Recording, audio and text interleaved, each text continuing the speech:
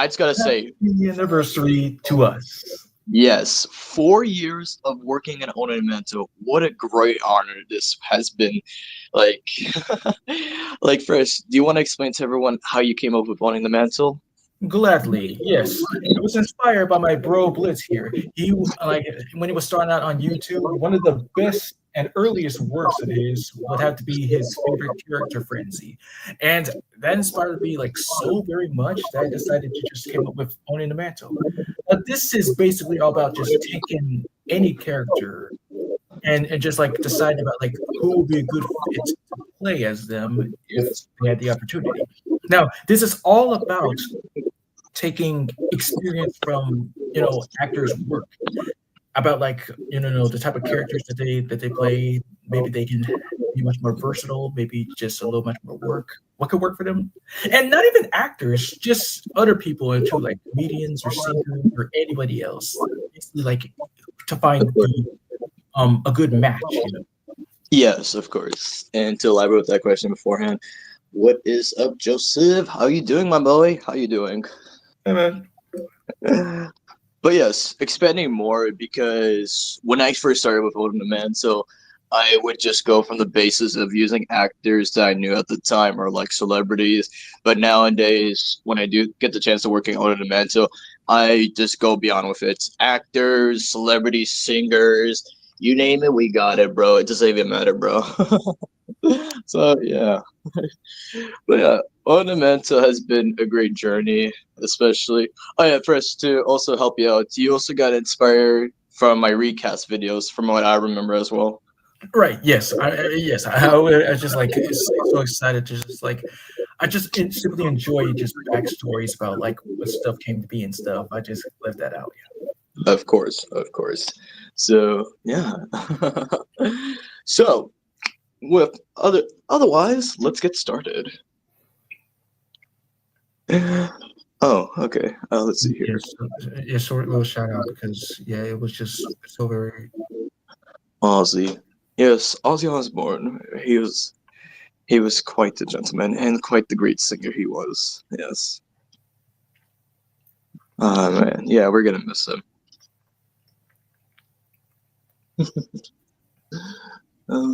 Just waiting. Let's see here.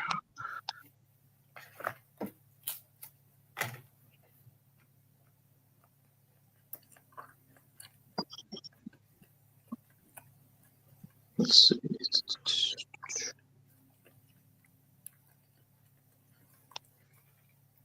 All right. All right, you ready? Yeah. Yeah, okay. So the first episode we'll be talking about is who started it all? Sonic. Oh, all right then. So go ahead, Fresh. Okay, well, yes, it's a little bit of a doozy because back in the early days of Owning the Mantle, I just didn't really get my stuff together because I was kind of like either rushing a little bit, like didn't really take much time to just like check that before anything is uploaded. But nevertheless, I just say that it, even though that is my first episode, I consider it like my best episode of 2021, simply because, well, yes, the choices they like I actually believe like the guys that I chose could actually be a perfect fit as Sonic because I did read on like IMDb with the first Sonic movie that I read about the choices about like who was gonna become Sonic and it was like, whoa, this is really surprising. But I mean, like I did make an error. Like I believe if I remember correctly, I put Jason Marsden's picture with Will Friedle's name, or if it was the other way around. It was the other way around. Yeah.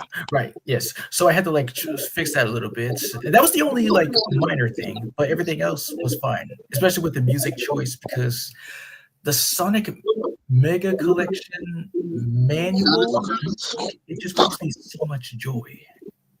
Yes. I like that song too. So from my side, when I first saw the Sonic on the Meta episode come out, and you were basically explaining what go on and everything, and you were also explaining what the joke characters, like for example, Seth Green and Keith Ferguson, even though they play Sonic and Mad and Robot Chicken, Because similar to like Seth Green when he got to play Leonardo, because beforehand he got to play him in Robot Chicken. A joke character could always come to life. Well, yes, that is if they really do like deserve to just take full time because you see the potential. Of course. So yeah, I remember the Redux you uploaded on December of 2021, and yeah, I love the music overall. I love the new choices at the time because yeah, it was just like mind blowing, and I was like, I like it. I love this episode. And yes, like and for those of you who see like Redux episodes taking over the original, yes, like for both Owning the Mantle or All Hail the Extra Greats or Hall the Greats for all that matter, it's just a matter of just being better, like giving much more updates because I kind of get a little sick of tired of people saying, "Hey, you forgot this. Ooh, what about this?" Blah blah blah. Like not everything is important. It's about the legacy, but sometimes I can get a little greedy myself. Be like, you know what? I'll do it. Yeah, we got comments here. Sup, Christian? How you doing today, bro? Hey, man. And we got a comment from Joseph. Pretty fresh. Yes, because really, if anybody like has like a YouTube account about like not doing anything with it, and you really do like have any ideas, you just base it off of like anything that comes to mind. Like you can't just like not do anything with it. Like if you got talent, then just show everyone what you can do. Of course. So yeah. Hold on. I'm just gonna check something real quick. So, because when I make the thumbnail later. Okay. So how we're gonna do this is S is the top, and then we got A, B, C, D, and then we also have F for bottom. So with the Sonic Redux, because that's the one you're with right now, where would you put that in the list? Yes, I have made my decision that it is the very best episode that I've done for again 2021. Like it is top S. Okay, got you. Yes, because it's way past cool. I mean, he went fast for this one, y'all. Very good. Hold on. Let's see. Okay, I'm just gonna send the link to Christian real quick so you can join us.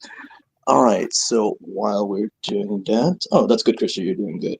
All right, so while we're doing that, I'll also be typing the next character, and the next character is Homer J. Simpson. Yes, this one is kind of a little bit of a doozy. Yes, of course. Now, can you explain the backstory with Homer's episode? What was like? Why did you do the episode for it?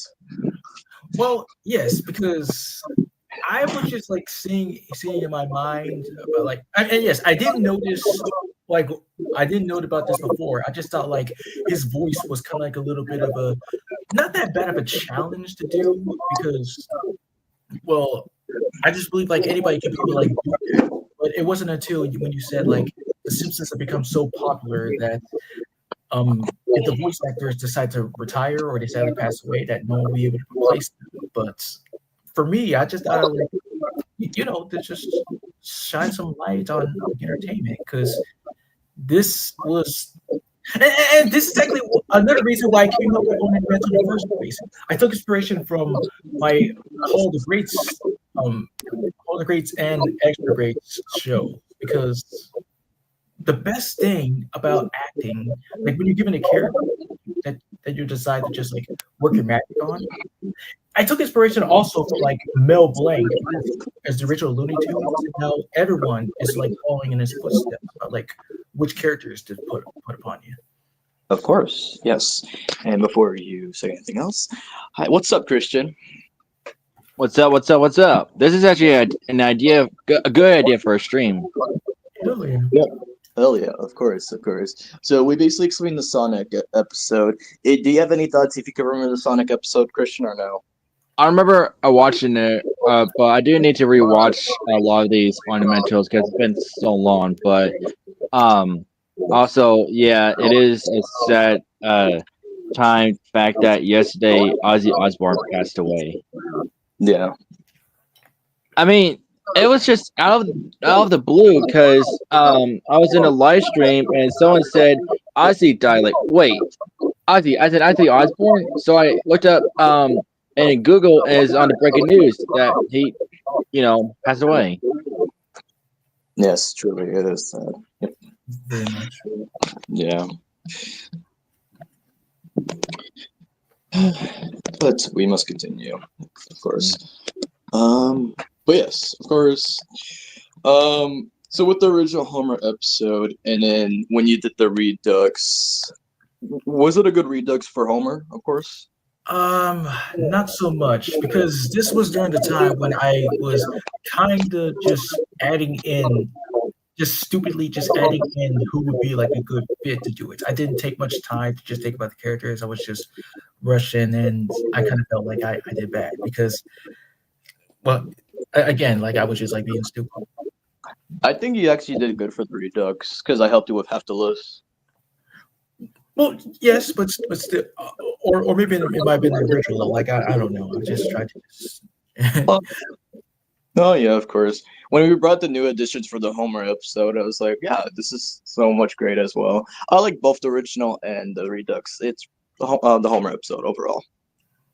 Thanks. Of course, of course. And of course, when I did the Behind the Manta for Homer, that was a great ride because, yeah, I love doing Behind the Manta very much. What do you call it? But yeah, Fresh, where would you put Homer? Well, yes, despite the fact that like I did appreciate the help, but I just have to say like F or maybe like even D because I felt like I could have done much more better, especially with the music. Because even though like the music was Ice National Park from World of Zoo. Despite that being one of my favorite songs, I could have just used something much more fitting, but I'm like, yeah. Of course. No, of course, you have your opinions. So would you put that on D or F? Just reminder. Okay, let's see. Yes, my position is yes, yeah, F. Okay, got you. Also because I said I was rushing, didn't take much time. Well, hope you were worthy of this next choice you different ornamental. Yoda! Now, explain this episode. Well, yes. It was basically when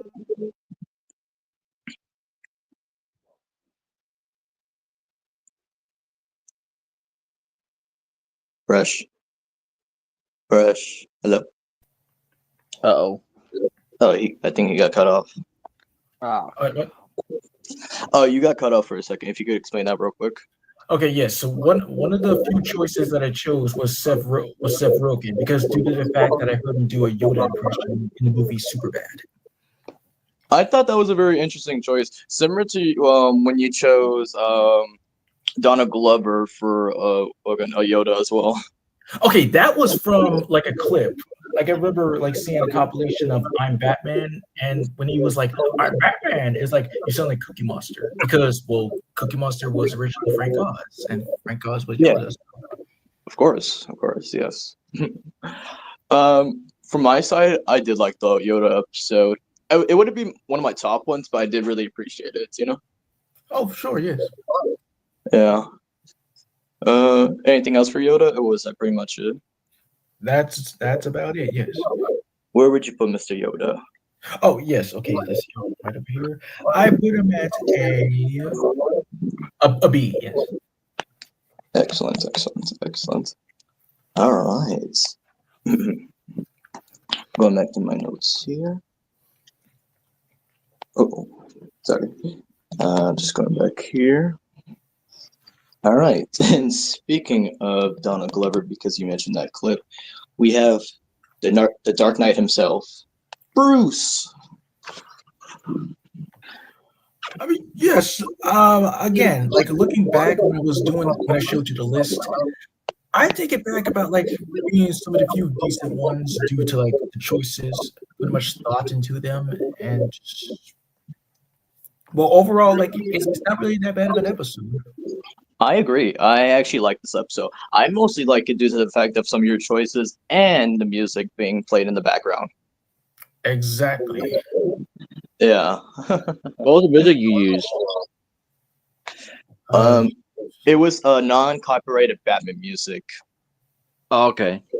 Yeah, I just remember from the start where what do you call it? It was showing us like not showing, but like you can hear his grappling hook, and then it had like this awesome beat to it. I was like, oh, this is some nice ass music.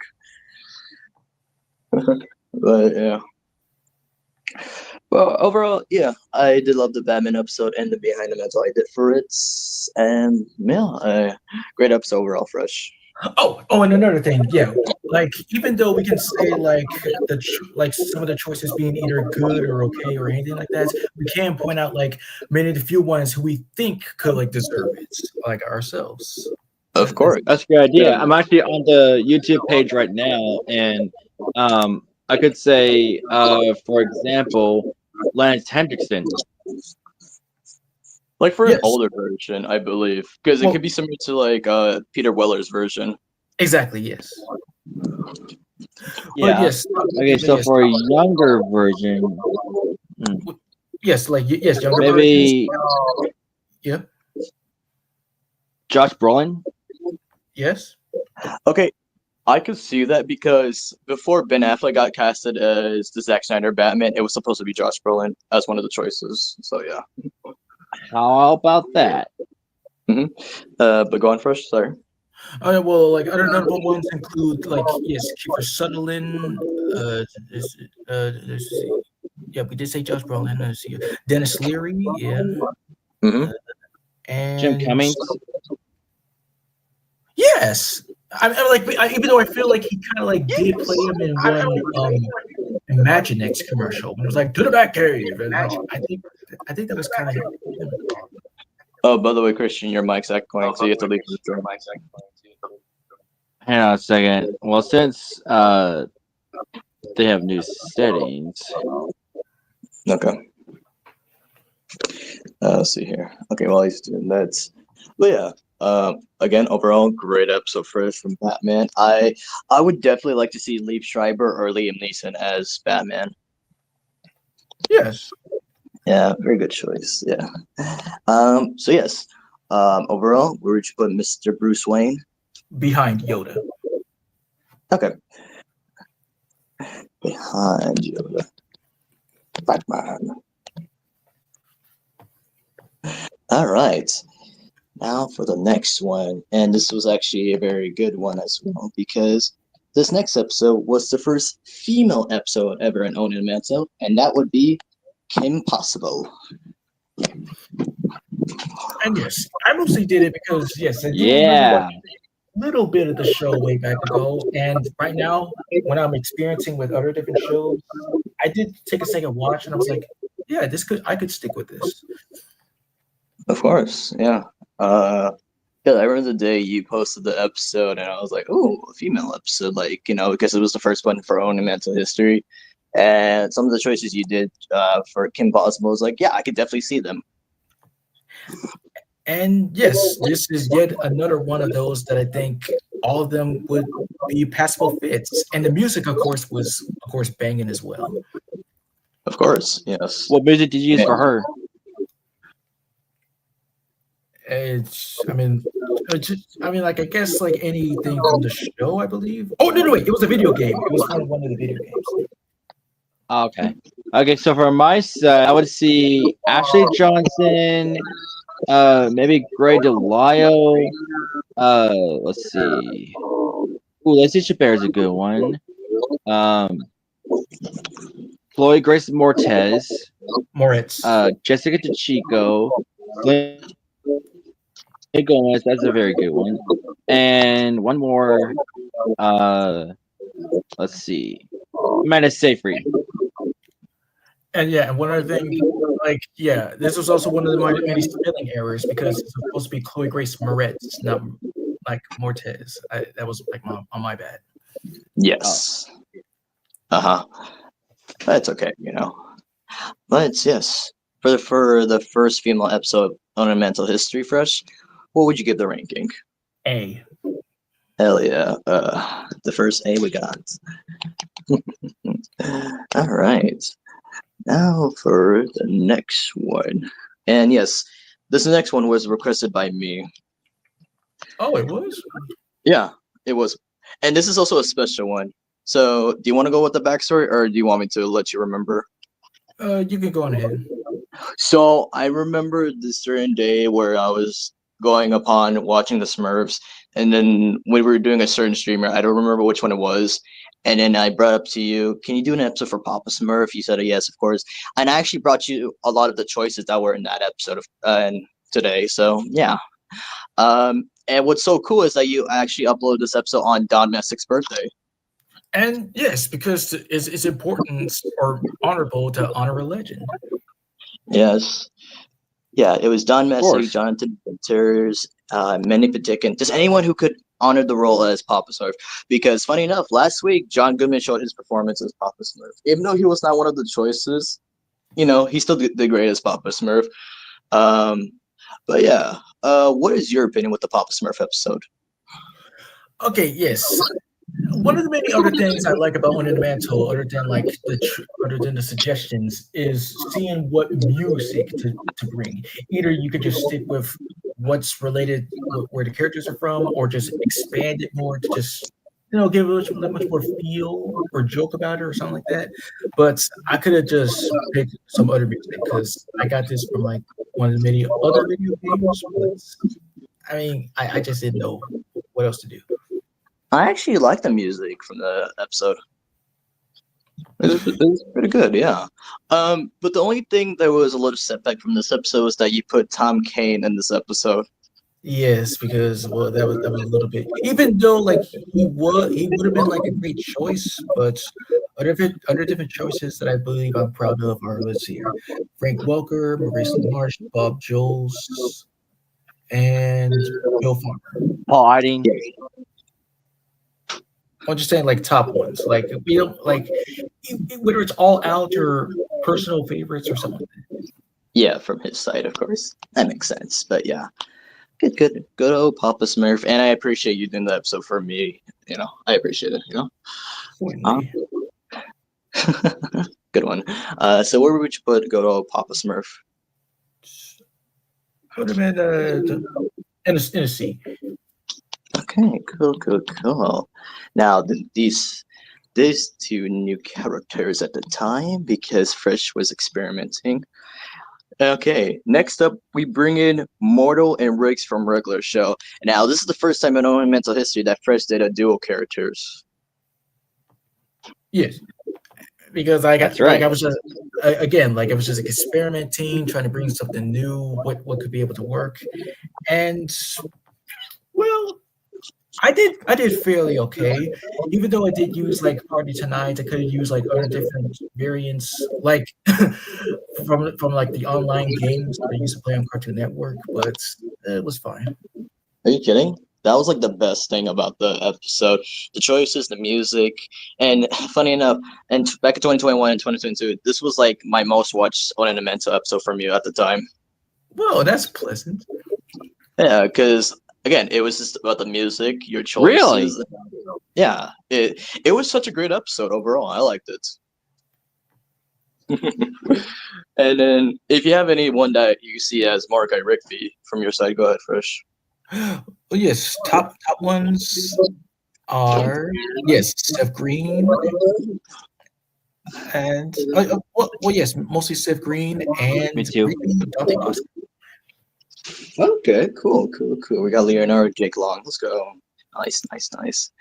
And then, how were you when you were doing the Behind the Mantle? Did you like it? Was there anything you didn't like? Was it good? It was okay. Got you. All right. So where would you put Mortal and Riggs? Okay, yes. Okay.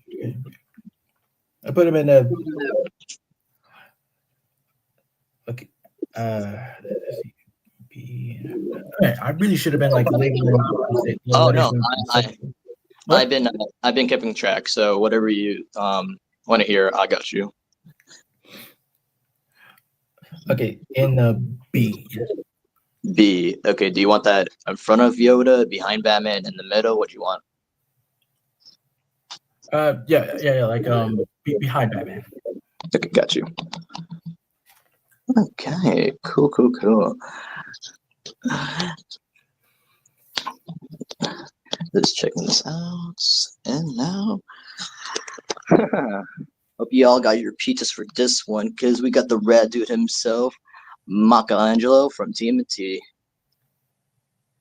It's just funny because this morning I was watching TMT 2003. Awesome. All right, Fresh. The story behind Michelangelo's episode. Okay, yes. This is the first time that I had to like do it on my other channel because well I got a strike on my main one. Oh. I mean, but I still managed to like pull through because well yet again, like this episode was one of my personal bests. I agree with that. I mostly like the music, especially the music and the choices, because what I noticed about your choices for Michelangelo was like you used half the choices you did for Mordecai and Rigby for this episode. Well, you know, to fit the whole dude vibe, since Michelangelo tends to be like, you know, the party dude, either have like a surfer dude voice. I took inspiration, of course, from the greats, Greg Sipes and Townsend Coleman. Good ones, yeah. I remember doing the And this episode is special because he actually predicted Michelangelo. Oh yes, okay. Before I explain my parts, Fresh, tell us who you predicted for Michelangelo. Yes, it was Yuri Lowenthal, which is very fitting because he managed to voice like nearly all of the turtles except for Raphael. Yep. Yep. Good on you, Yuri. Yeah. So before I explain my other part, so when I heard that Yuri Lowenthal and Raphael, well, I'm going to get to that episode soon. When I heard Yuri's voice for Michelangelo, it's legit a good fit. Dead ass. And it's all because of me, because I actually told y'all that this will be a new TMT game, and you guys actually found the voice actors, and it's all thanks to me. If I haven't like found out about it, you wouldn't have predicted Michelangelo. Yes. Yeah, that was the day. Yeah, doing the research, and then yeah, he got Michelangelo. I got Raphael, but for Rap's voice actor, that'll be coming soon. But yes. Also, from my side, when I did the Behind the Mantle from 2023, yeah, we used the song from the original episode, and the characters that were the inspirations were good to me overall. So yeah, I like both the Owning the Mantle and Behind the Mantle for this episode. But yeah, bro, first, where would you put this rat dude at? S, behind Sonic. Got you. I'll be right back. I gotta check the mail. All right.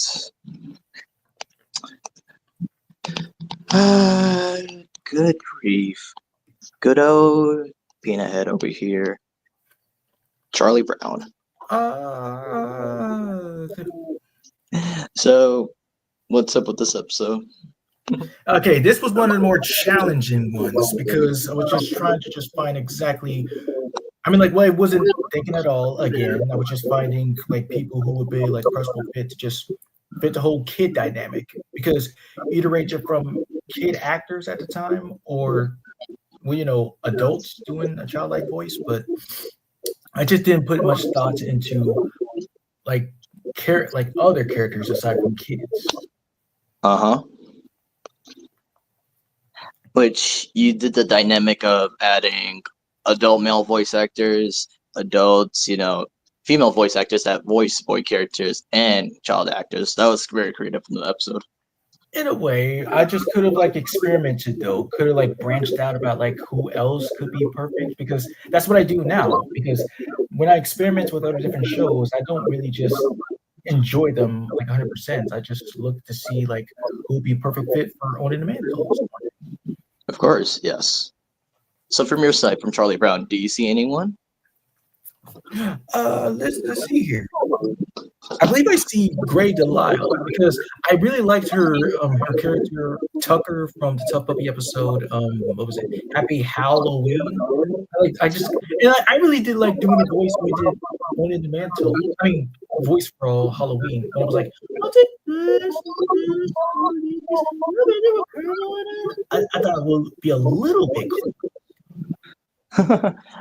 The voice you kind of sound like when you do Dave from Sonic Boom for some reason. I mean, like Dave is kind of more a little bit like this, but for nerdy and stuff. But Yeah. with Gray, like, it's like the voice she put off is kind of like how she sounded like when she was Mac from Cartoon Network Punch Up Explosion, or who else did she use that voice on? I don't know, a little bit of Shed. Maybe Marco for Peter's George. That's all. Yeah. Yeah. I was thinking, I was like, yeah, okay, yeah, I can see that. But yeah, overall, with Charlie Brown episode, where would you put this blockhead at? C. Ahead of Papa Smurf or behind? Behind. Okay, got you. All right. Ooh, this one. Ooh, this choice, though. All right, the next one. Get time for this, bitches. Because we got one of the Halloween kings, Freddy Krueger. Yeah, son. Yeah, so fun fact, this was the first episode of October 2021 to spice up for Halloween. And like who else could have been a better fit? Because well, Freddy Krueger just happens to be like one of my favorite horror movie villains of all time. And let's see, a little bit of an error. I did forget to include like the info for people to just give an opinion about like what the character is all about. But I thought, thinking about it now, what else? Like leaving it blank because you just know how evil he is. I just thought that would be like a passable thing to think about. Welcome to prime time, bitch. Yeah, seeing that clip of seeing Robert Englund just jumping in and out when people commented on that, be like, that's how you know an actor is on top of their game and stuff. Of course. Oh, and I first saw this episode because I would either see these episodes in the morning or midnight. So I was going to head to school, and I see this episode. I was like, "Whoa, he did Freddy Krueger!" And then I saw the episode. The music was good, and then I saw the choices. I was like, "Damn, great episode!" Oh yeah. Who are some of the choices you would see? Top ones. Yes, top ones. Yes. Robert Englund. I mean, like Ron Perlman, Ron Perlman, Steve Bloom, Clancy Brown, Roger L. Jackson. Oh, Brown's good. And Dietrich Bader. Good ones. Oh yes. I can also see Roger. I said him. J.K. and Mark Hamill. Yeah, like. Oh wait, you were saying that from your side, right? I mean, like, and also I could add in a little bit of Willem Dafoe just because, yeah. Yeah, because of Green Goblin. I could see that too, honestly. Yeah. All right. Where do you want to put Fred Ward at? Yeah. Okay. Is here. Put him at A. In front of Kim Possible or behind? In front. Got you. Good. All right. So let me go back here. All right. Next one, and this is quite a very interesting one as well. We have Spawn, which is one of the shortest episodes ever because it's 1 minute 56 seconds. Well, let the guy who made the episode explain why. Go ahead, Fresh. Well, yes. Normally, episodes are like over a minute because just try to just like get as much choices as possible. But when it comes to that, I just accepted it because it's almost nearly close to 2 minutes. But I just mainly got like as many choices as I can think of who could just be a perfect fit, and well, yeah, that's all I did. Although I could have included some, some white guys as well. I mean, yeah, but before I say anything, bye, Joseph. Hope you enjoyed the stream. Bye, Josie. That good. sounds a little bit. But yeah, I can see from your 2021 self, you're probably thinking because black actors wise, was that where you're going for? Yeah. In honesty, yes, because it did remind me of when I did like the live episode about some idiot saying, "Why why can't you just do all white guys as well too?" I'd be like, I mean, it's just about like finding the perfect fits. Not everyone is going to be included. yeah, like let it be, bro. Like shit. So with your Spawn episode, when I first saw it, yeah, really good episode. Although you did make one mistake with Christopher Judge when you put Christopher Guest. I was just about to point Yes, that out because I saw in the description you put Christopher Guest instead of Christopher Judge.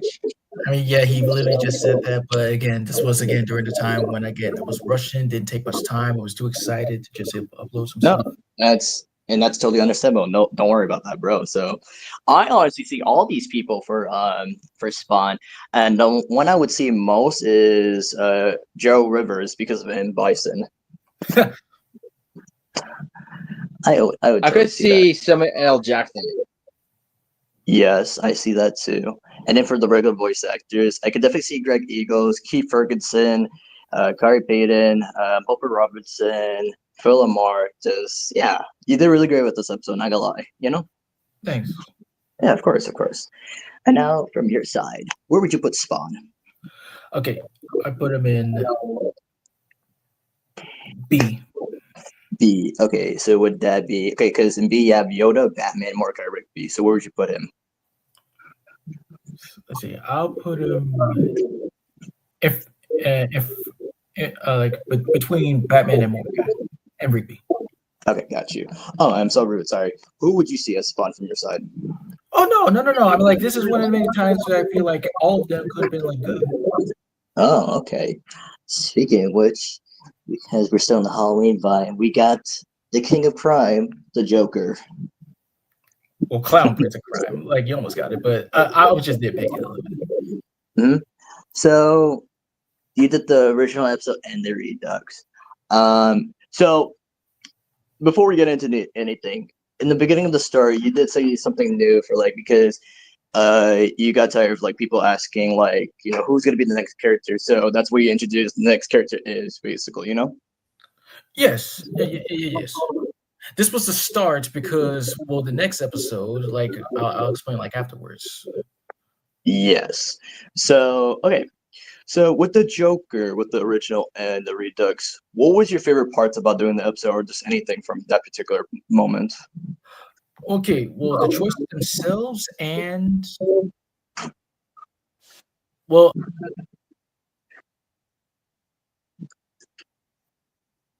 this is the music. Yes.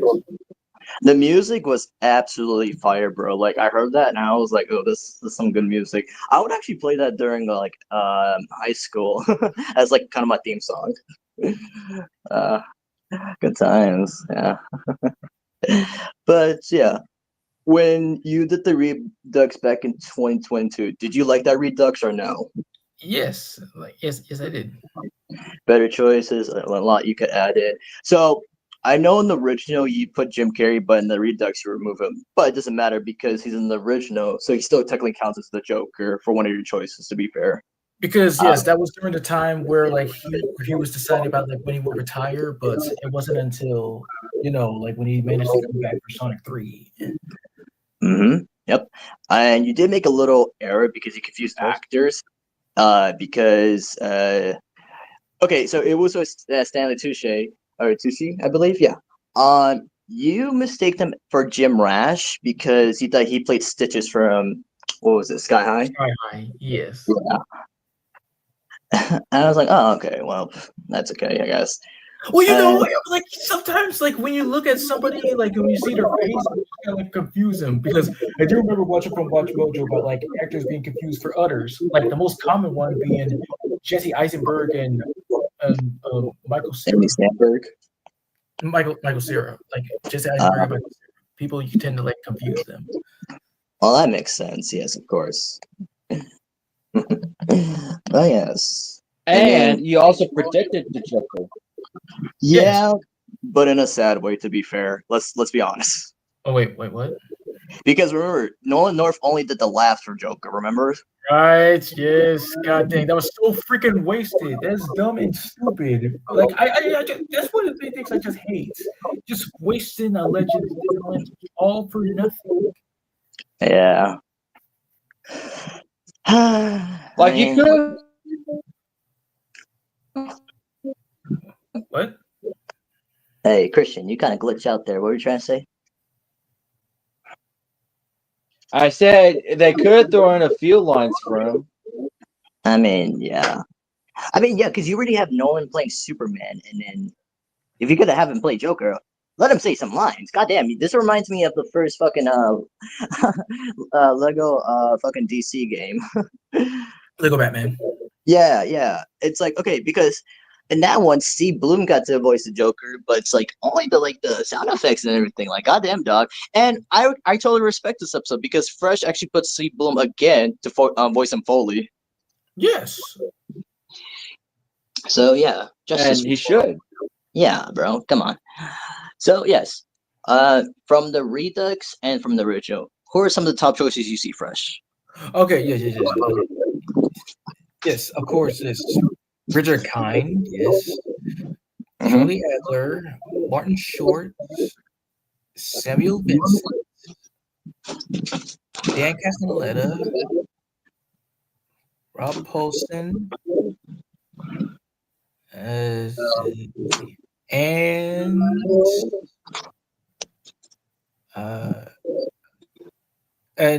yeah, Danny Jacobs. Awesome. Okay, so where would you put this Joker at? Yes. A. Okay, so you have Freddy Krueger in the front, Kim Possible second. Where would you put the Joker? Behind Freddy Krueger. Okay, got you. And speaking of Joker, Oh, were you gonna say something? My bad.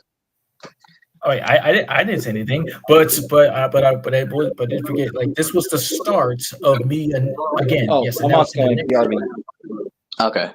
The Go start ahead. of like announcing like the next characters, just for people to just like just chill out, I guess. And the next character would be vroom, vroom. Harley Quinn, the hottest bitch in DC. Anyways, you can't lie, she is. No regrets of saying that she is a total baddie. Okay. Anyways, so Fresh, what's behind this story with Harley Quinn? Go ahead. Oh no, wait, I got connected a little bit. Disconnected. Oh, okay. Oh, okay. So I was basically saying, what's the story behind Harley Quinn's episode? All right, well, nothing really much all that. Not really all that personal. I just thought that's who could bring some A game because I just want to bring in much more like females again. That's maybe that's why. Yeah. Also, just a reminder for anyone, because I forgot to mention this, I did help Fresh with the choices with Freddy Krueger, the Joker, and some for Harley Quinn. Just to put it out there. I'm sorry I didn't mention that before, but yeah. But yes, your Harley Quinn episode was fire. I love the song, especially for the episode.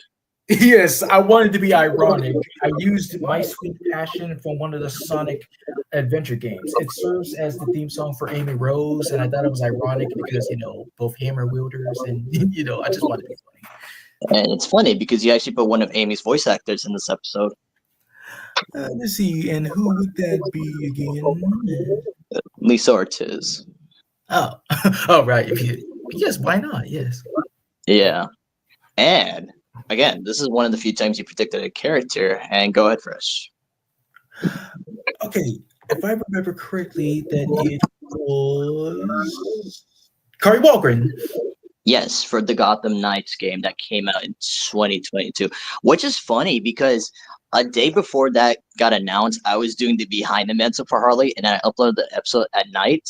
The next day, I get hit by the news. I was like, "Whoa, okay, that's a funny coincidence." I'm not gonna lie. Yes. Yeah.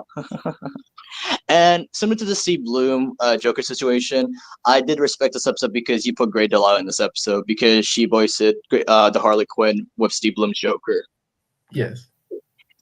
So yeah, from your side, what's your top choices for Harley? Oh, okay. Okay. Well, yes. In all seriousness, yes. Let's see here. Yes, Jennifer Hale, Gray Delisle, Ashley Tisdale, and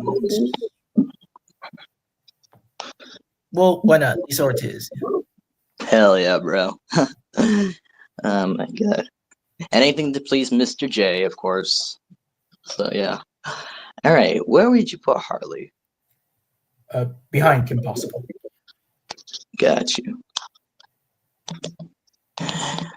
All right. Speaking of which, we got more clowns in the chat, and we got Pennywise. Touch the balloon. You want to vote? Yeah, this episode was great, honestly. Yes, I was inspired mainly because, oh yes, both the comparison of course the OG Tim Curry and well Bill Skarsgård, because yes, it took me long to just understand that, because with Curry, like he was supposed to like be like some kind of like exuberant and flamboyant in order to just lure kids into whatever he's about to do to them. And that's perfect, because if you're like, oh, this guy's nice, but if you're like, oh no wait, he's gonna kill me. But with Skarsgård, of course, he's just meant to look demonic and scary and everything like that. Bro, you put anything with Bill Skarsgård, he does great. I can't speak for The Crow though, but any other role, he fucking rules it. Yes. Yeah, man. Good times. So yeah, great to hear that backstory. And then yeah, because I remember I was at school when this episode came out, and I was in the hallways coming back from somewhere, and then I remember watching the episodes in the staircase, and I was like, "Ooh, nice episode." Thanks. So yeah, who are your top choices, of course? Well, yes, and that was the risky part, because it was one of the more other challenging ones, because, well, to just fit the whole type of deal. But one of my more hilarious choices was Adam Sandler, mostly because like he did voice that giant clown at that miniature golfing course in Happy Gilmore. You're like, you're gonna die, clown. Yeah, good old Sander. But yes, top ones, yes, Michael Richardson, Charlie Adler, Jeff Bennett, Carlos Ellis Rocky, Dan Castelletta, and Alex Hirsch. Which is funny because a year later, or like whatever year it was, there was actually a Simpsons Halloween episode was based on Krusty the Clown basically being the Pennywise parody. Yeah. So yeah, clever. Yes, I liked it. So yeah, where would you put Pennywise? I put him in a C. We got Papa Smurf in front, Charlie Brown second. Behind Charlie Brown. All right, enough of the clowns, even though it was good. Now we go to kid-friendly stuff, and we got, say it with me now. What's up, Doc? So, backstory with this one. Well, yes.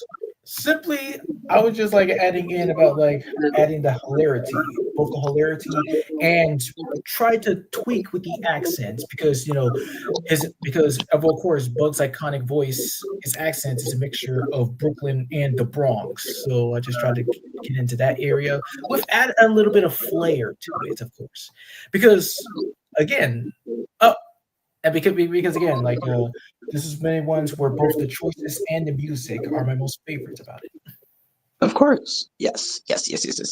So I actually remember helping out with this episode, not in call, but with Instagram. I sent you some of my choices, and yeah, I really thought this was a great episode as well. I actually also like the behind the mantle as well for this. So from my side, who I would see Rob Paulson, definitely Carlos Ozraki. See Jeff Bennett, Jana Schneider, Dan Castellaneta, Richard Kine, William Saliers, Hank Azaria, let's see here, Jess Arnell, Tom Kenny, Bill Hader, and Josh Keaton. That's from my side. The same as you. And yes, originally James Earl, I was almost about to put James Earl Taylor, but it turns out that he did voice him in Drawn Together. Of course, yeah. there's one certain choice that's in this episode, which, by the way, it's not our faults because I just found this out last week that Scott Bullock is retired. Yes, apparently, like he has been retired ever since 2018 because, well, again, we weren't aware up until, yeah, like the internet can be stupid sometimes. Yeah, it doesn't tell you until like now because whenever I went to his page in the past, it would say still active or some shit, Yes. So yeah. All right, where would you put Bugs? S. We got Sonic and Michelangelo. Yes. Yeah, behind Sonic.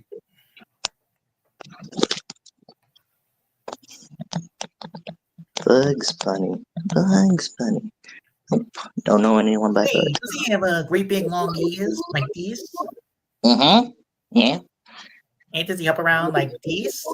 Mm-hmm. Yes, yes. And does he say, "What's up, dog?" like this? And Yes. "What's up, dog?" Yes. Nope, never heard of him. Man. Yeah. Oh, yeah. What do you call it? So in the intro, when you were playing Bugs' voice clip, right? I love how you put King's Bugs Bunny. Well, because like I mostly took from Watch Mojo of all things because like they listed him as the top most iconic cartoon character of all time. Like it's either a tie between him or Mickey Mouse, depending about like who you ask. Of course. All right. Next one. Bart Simpson. But yes, I thought I was gonna go in to just do a pleasant one.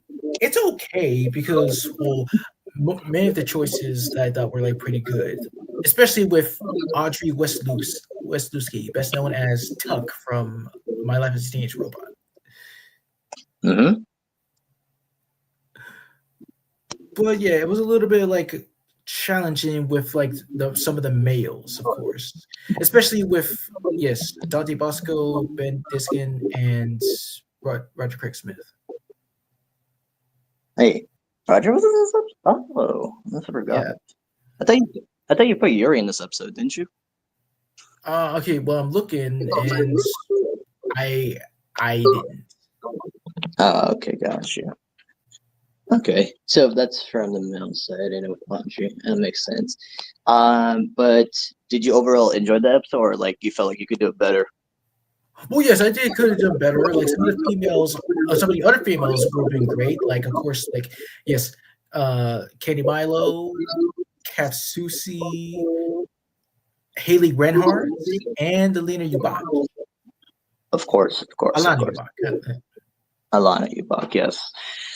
So yeah, I love the Bart Simpson episode. I mostly liked it because of the music that was playing in the background. Let's see. Let me see. Right. Yes, I believe that it was from the Simpsons game. Which is really good.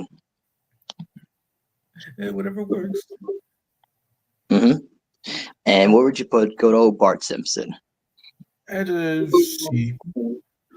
Okay, see, we got Papa Smurf, Charlie Brown, and Pennywise. Let's see. Yeah, behind Pennywise. Christian, you back? Oh no, is he back or no? Okay. Because I was about to say this next episode was actually requested by Christian, and that episode happened to be his crush. Yo, it'd be so funny if he come back right now. He's like, "Oh, Starfire." 3, Yeah. 2. All right. So, of course, obviously getting okay. That didn't work. That didn't work. Fresh. Good job, dog. Good job. But yeah. So, other than being requested by Christian for the episode, how did you feel about the episode? Yes, it was one of my best ones overall. Yes, the choices was what else? Fabulous. Out of this world, extraordinary. Yeah. Okay, when I first saw the episode as well, I was like, "Whoa, this actually like." The music was great. The choices, I especially like how you added in Margot Robbie and Elizabeth Olsen. I was like, these are great choices, actually. Yes, it's mostly due to the fact of just looking over to see what we would be able to work. No, but yeah, it was such a great episode. And then from your side, top choices. Okay, yes, it's here. Yes, Karen Gillian. Uh,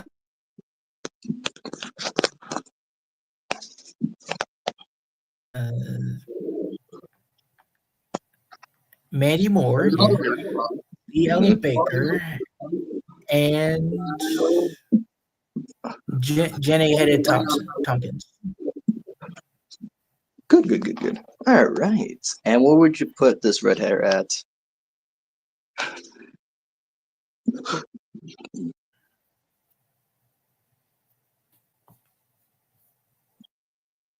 Oh, okay. I'll repeat it. Sorry. Where would you put this red hair at for ranking? A. A. Okay. Did you A. get? I cut off. Hey, I got it. A. So we have Freddy Krueger, the Joker, Kim Possible, and Harley Quinn. Okay. In front of Kim Possible. Okay.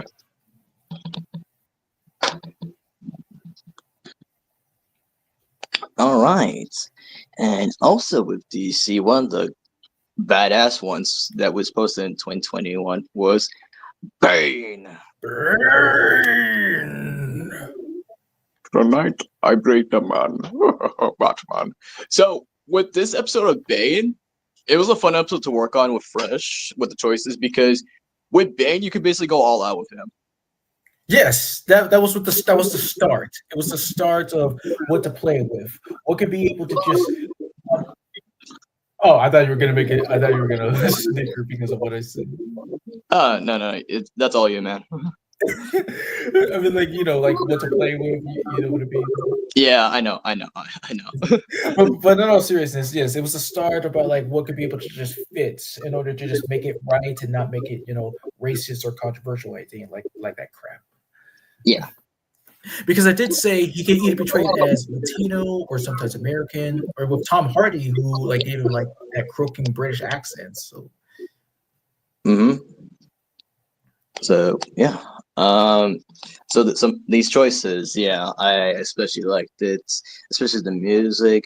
And when it came to the behind the mantle, that was great to see the choices behind it. And yeah, Bane overall was a very versatile episode because, of course, what you said before about going all out and everything. So yeah, I really appreciate this episode.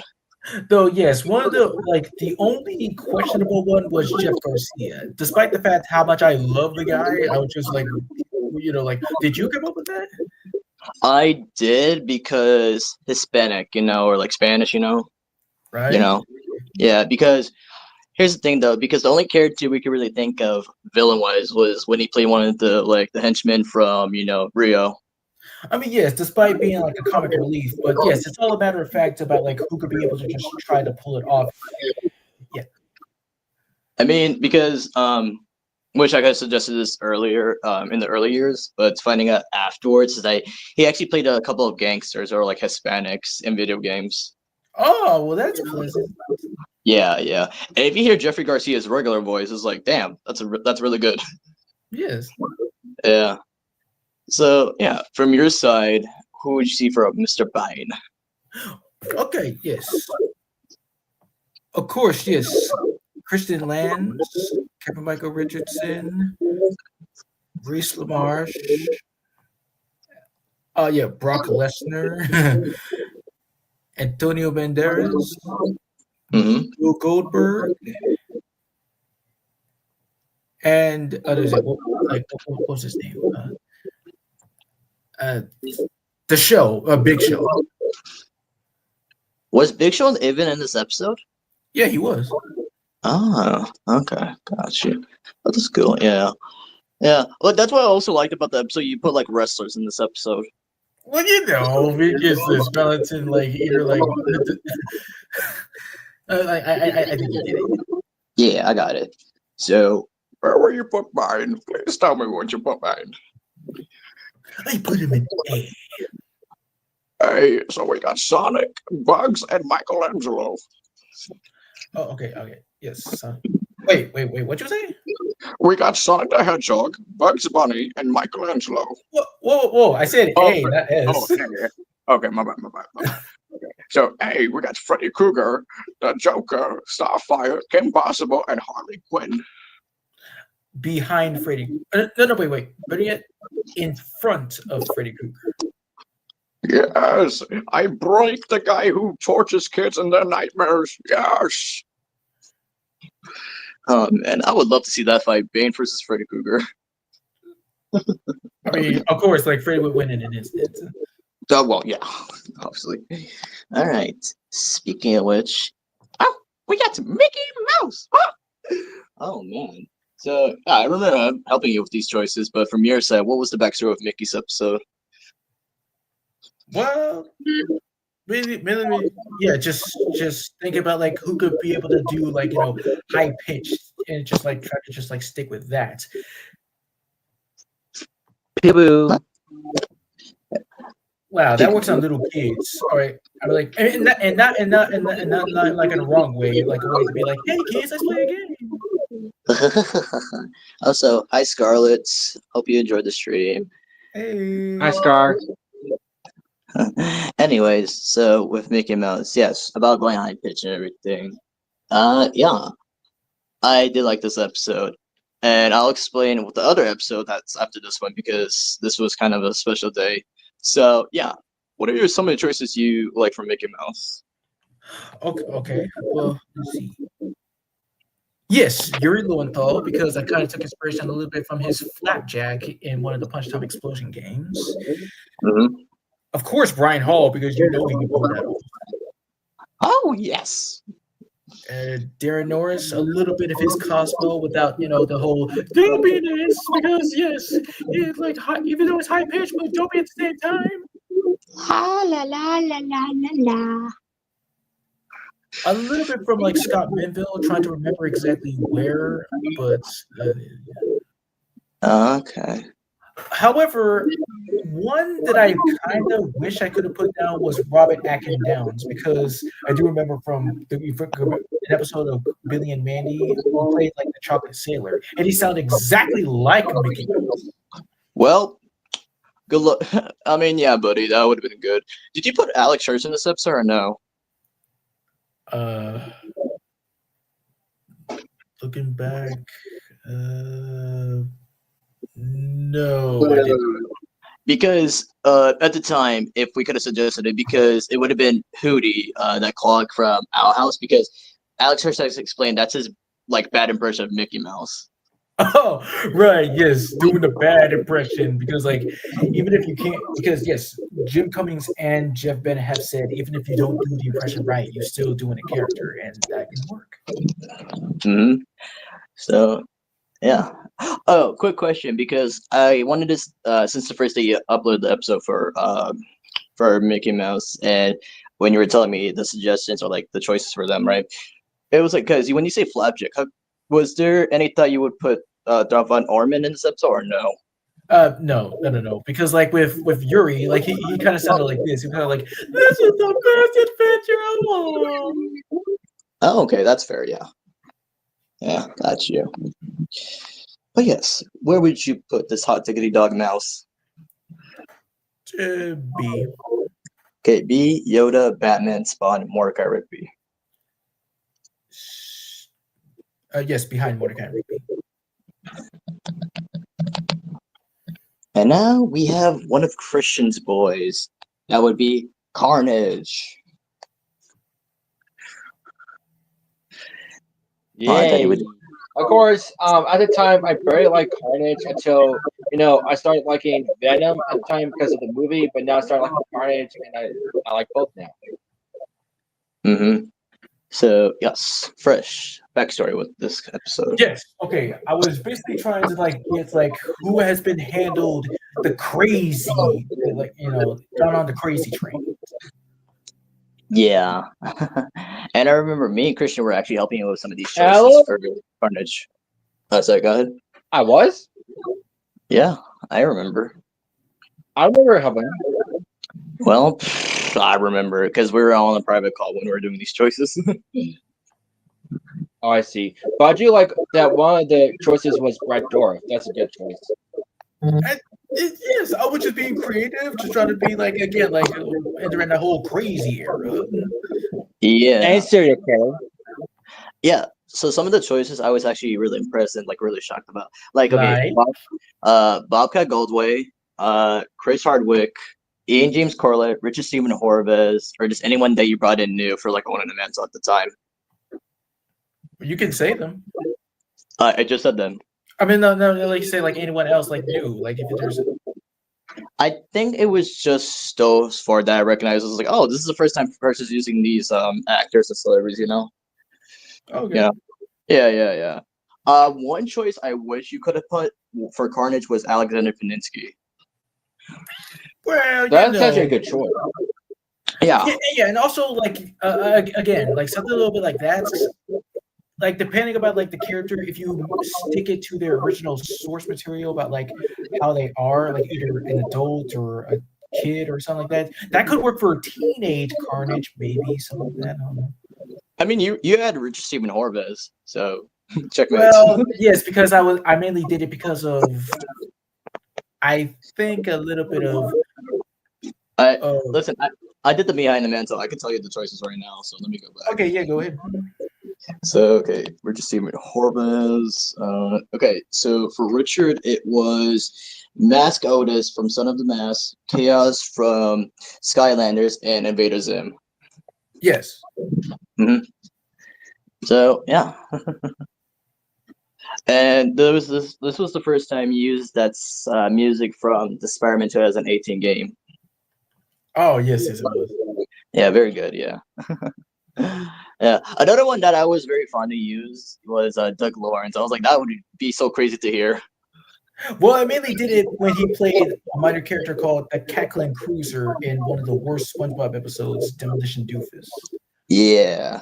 Oh yeah, I definitely hated that one. Wasn't that when SpongeBob put Mrs. Buff in the hospital? Yes. Okay, well, yes, you're right on there, but it's where Mrs. Puff tried to kill SpongeBob. Yeah. Oh, okay. Mm-hmm. So yeah. Also, why I said with Mickey Mouse earlier why that episode was special is just because in Elemental history, Fresh uploaded both Mickey Mouse and Carnage the same day. Oh, okay. Yeah. Good. That's pretty cool. Yep. Dedication. That's what all it is. All And right. now it's somebody else's time to shine. And making his official debut at the time, it was. Wait. Before. Okay. Thank you for the entrance, but you forgot to rank Carnage. Okay. Well, yes. Carnage, I put in A. A is Bane, Freddy Krueger, the Joker, Starfire, Kim Possible, Harley Quinn. Behind Joker. No, wait. Yes, behind him. Yes. All right. So, if you could do that intro once again, go ahead. And now, making his official debut on Owning the Mantle at the time, here is.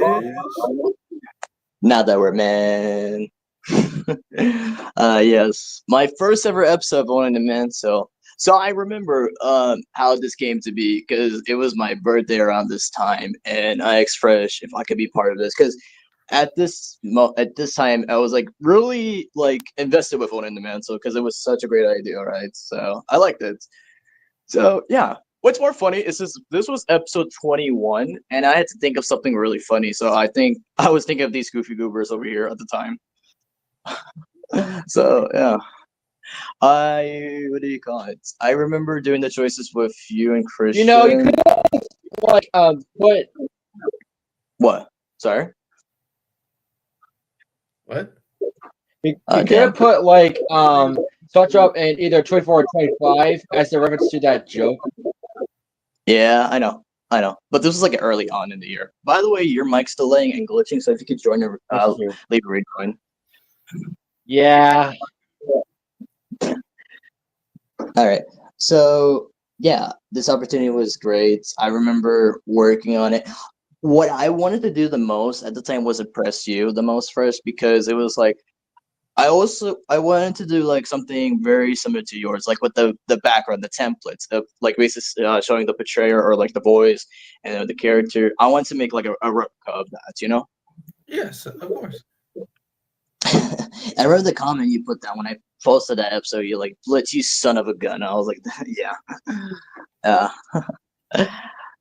and then putting the voice clips for Patrick and SpongeBob. I basically used the one from the SpongeBob movie where it's them singing the Goofer song, and then for the music, also from the SpongeBob movie, I used Ocean Man because that was legit my jam as a kid. And yes, it was the best part of the episode for me because every time I hear it, it just always gives me back to the good year of 2004.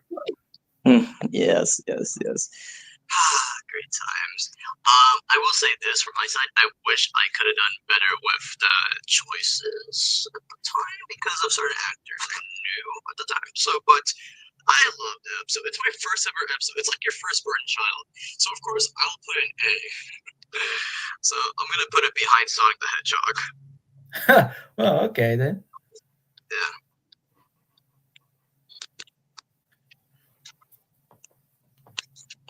Hello. Hear me now? Yes, sir.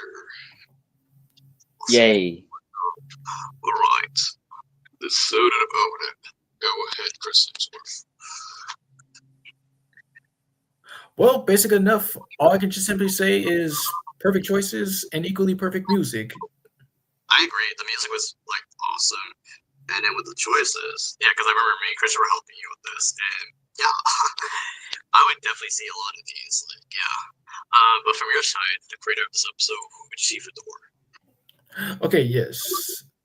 Darren Norris, Channing Tatum, Christian Bale, Phil Lamar, Jason Momoa, Dan Green,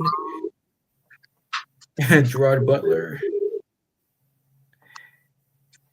And Jean-Claude Van Damme's an interesting choice. wait, what? Jean-Claude Van Damme's an interesting choice. Yes, and Seamus. Yeah.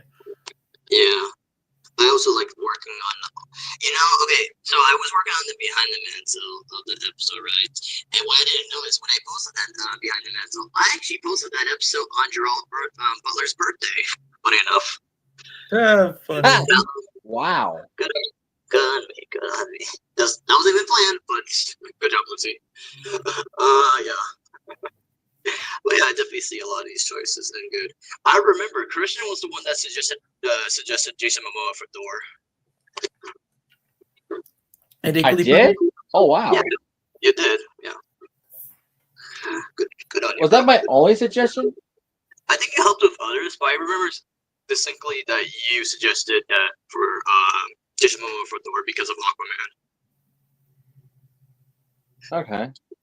Yeah, of course. All right. Where would you put this Australian at?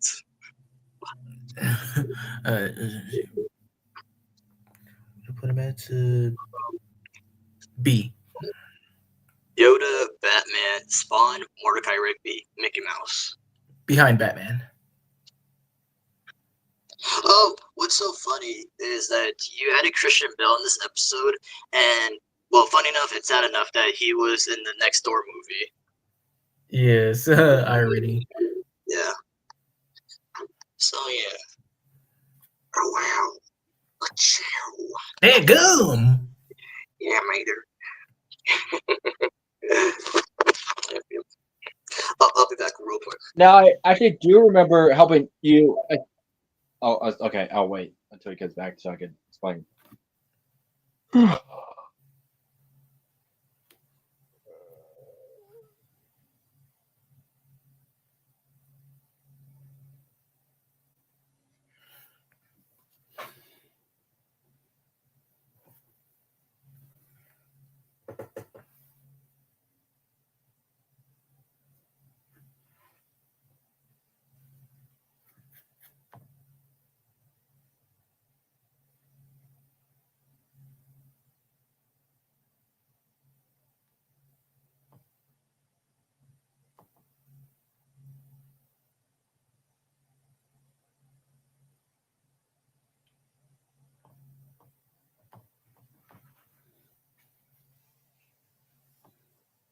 All right, I'm back, and Christian, continue with your story. Okay, so yeah, I do remember helping y'all with Vader, especially since I explained that Gabriel Iglesias actually did an impression of Larry the Cable Guy, and I even showed you a clip. Yes. So both these awesome dudes helped me with this episode, of course, and I'll explain my favorite choices they suggested to me. From Fresh's side, okay, with Lightning McQueen, my favorite one he chose for Lightning was Christian Slater. And then what do you call it? For Mater, it was Roger Black because he voiced a certain character from Brickleberry, I believe. Like either Brickleberry or Paradise PD. Like, did I say Paradise PD? I don't know which one it was because he played a character with a certain tone like Mater, you know? Well, yeah, like I think it was either like what was his name? Like, yeah.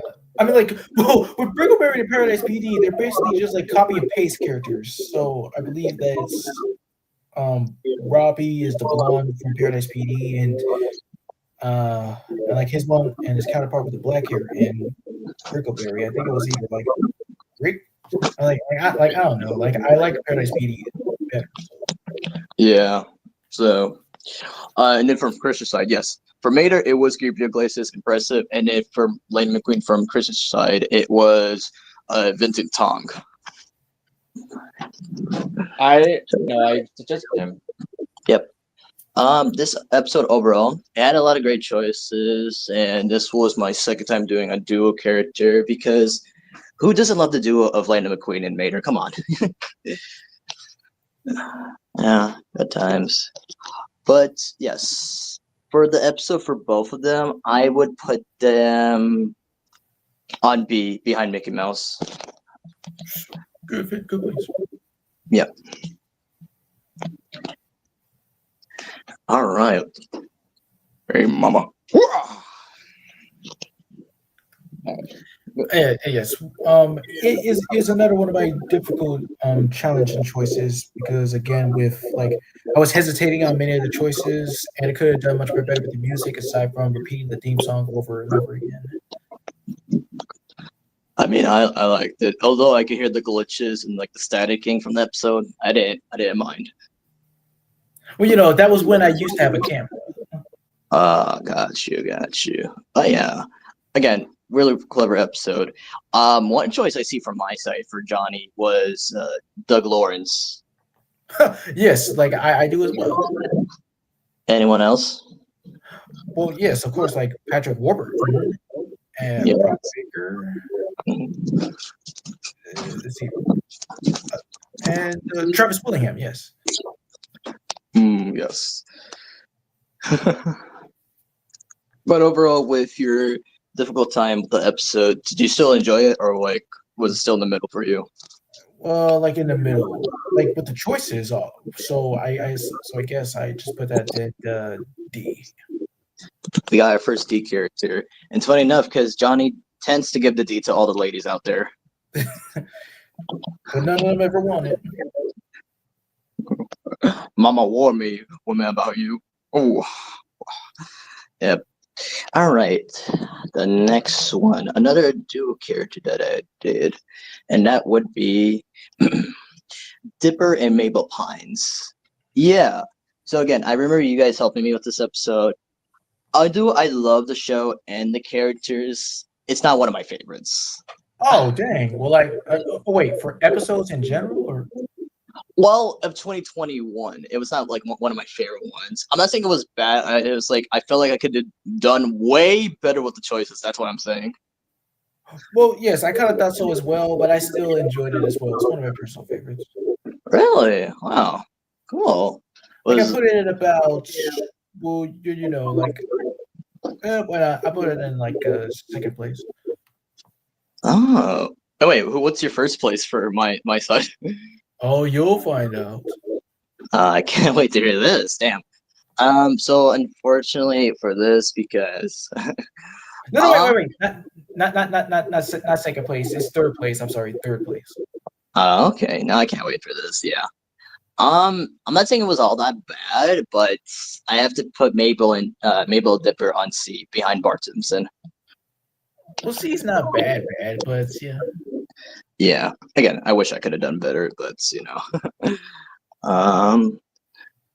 All right. Ooh, we have a good one for the next one. And well, Fresh, I hope you have your claws out for this one. Yes, you better back off, bub. And yeah, it's one of my fairly decent episodes. Nothing else more to say. It's Yeah. So the choices you made for Wolverine, they're very clever. I like them, and I was like, damn, these are good choices. Yeah. Yeah, boy. The one I really want to see so bad is Dan Green as Wolverine. I mean, yes. Not just because of Knuckles, it's because of some of his Pokemon roles where he acts tough and gruff with the voice. I would That's see what- either Oh, sorry, go ahead. Hello. Hello, Christian. Adler. Okay, so you kind of glitched there. Can you say that one more time? Thank you. I said I want to see Charlie Adler and John DiMaggio. Those are good ones. I absolutely okay. I will love to see John DiMaggio as Wolverine because mostly of Raph. So yeah, good choice. I mean, that Wolverine did inspire Wrath anyway. That is true. Fun fact for everyone. And then for the creator of that episode, choices. Okay, let's see. Yes, Darren Norris. Yeah. Clancy Brown, Kiefer Sutherland, Jim Cummings, Mm-hmm. and Peter Dinklage. Good ones. Good ones. Good ones. So where would you put this Aussie at? Just kidding, because of you, Jackman. And well, you could say like Canadian, Australian. Like if there could be, if there's a thing of like French Canadians, then there could be like Australian Canadians. Like if you want to joke about that. That would be such a cool thing to, because I have a lot of Australian friends, but I'm like, I never heard of like an Aussie Canadian, but that would be so cool to meet one day. Like, wonder how that would be for you. Bro, the accent though would be pretty funny. Combine a Canadian accent with an Australian accent, that would be hilarious. Good eye, eh? Oh, I'm sorry, mate. I'm sorry, mate.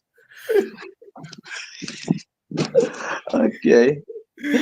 But all seriousness, I put him in a S. Okay, we got Sonic, SpongeBob Patrick, Bugs, Michelangelo. Let's see. In front of no. Yeah, behind Michelangelo. You also did the behind the mantle for this episode. Did you enjoy making that? It was pleasant. Okay. All right. Next one is a certain reporter, but she has to ask for consent to record me. April, Jesus Christ. Anyways, yeah, April O'Neil from TMNT. Yeah. So what direction I was going for? Mostly, yeah, May Women's version, but I was also want to go into like the original actor that played her from the 80s as well. Yeah. The choices, yeah, I do like them. I mean, it's one of my far better episodes, I would say. Yeah, I like making it as well. So, yeah. Overall, if I could go, oh yeah, I still have the choices. Yeah, April O'Neil choices. So ones I would see from my side would be Tara Strong, Jennifer Hale, Gray Delisle, Laura Bailey, Tara Platt, Kristen Bell. Let's see here, Linda Cardinelli or Cardini. My bad. Cardellini. Vanessa Marshall, Ashley Ball, Richard McFarlane, Kate Higgins, and Bella Thorne. Those are the choices I would see. Good ones. Did I agree with this? What happened? Yeah. Did we help you with this episode? Yes. I was wondering because I see one of the choices was Rebecca Shortshett, and I know that's my choice. Plot twist. I suggested her. No, I'm kidding. You suggested her. Oh. By the way, there's an echo in your background. There's an echo in this canyon. You got a home run.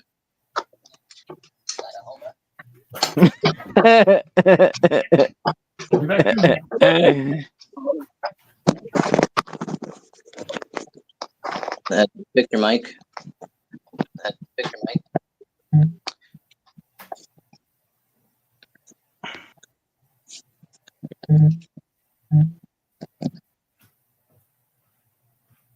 Oh, you gotta be kidding.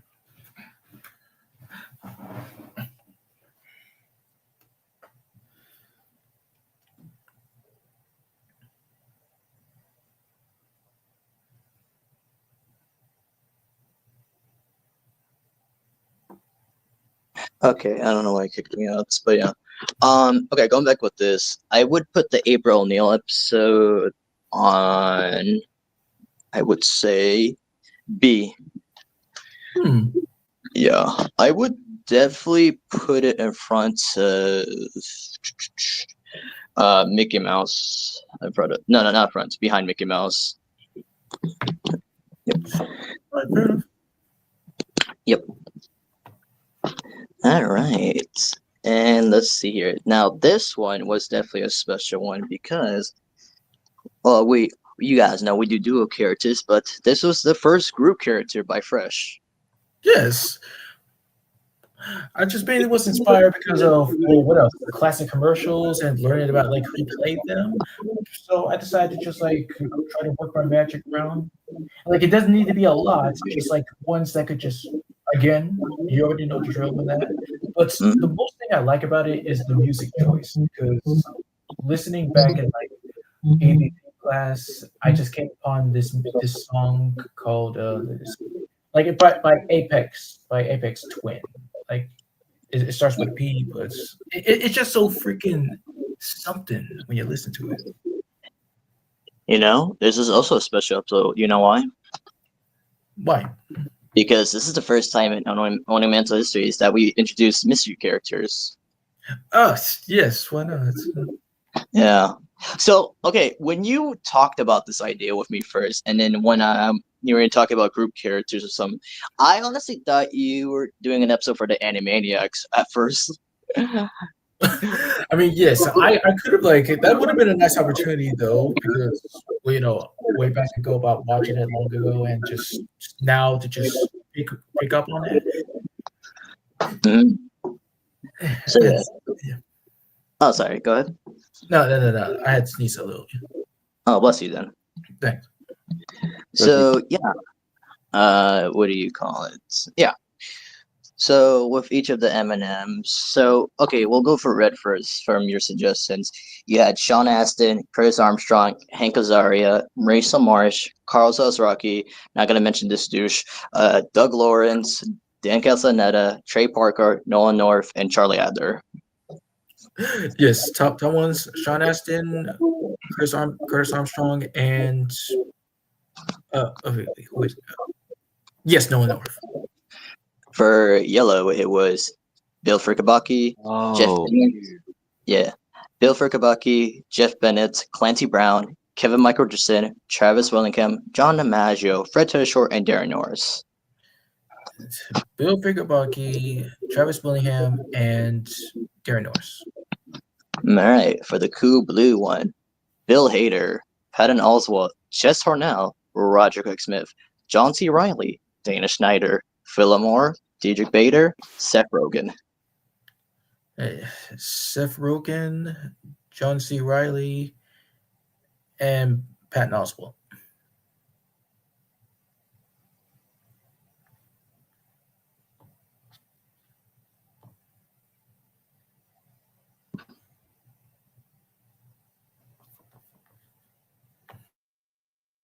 All right, can you hear me now? The whole time. I think. Okay. I'll repeat it real quick. By the way, you don't have to repeat. I said like Patton Oswalt, John C. Reilly, and Seth Rogen. All right. For green, Catherine Taber, Linda Cardinelli, Mila Kunis, Kirsten Dunst, Aaron Fitzgerald, Tara Strong, Alicia Chabert, Richard McFarlane. Okay, yes. Yes, Mila Kunis, Linda Cardellini, and Aaron Fitzgerald. Mm-hmm. And then for the scared one, or the orange one, Scott Menville, Yuri Lowenthal, James Arnold Taylor, Ben Diskin, Rob Paulson, Samuel Vincent, Billy West, Roger Craig Smith. Billy West, Yuri Lowenthal, and James Arnold Taylor. All right, and then lastly for Brown, we got April Stewart, Janet Burney, Kari.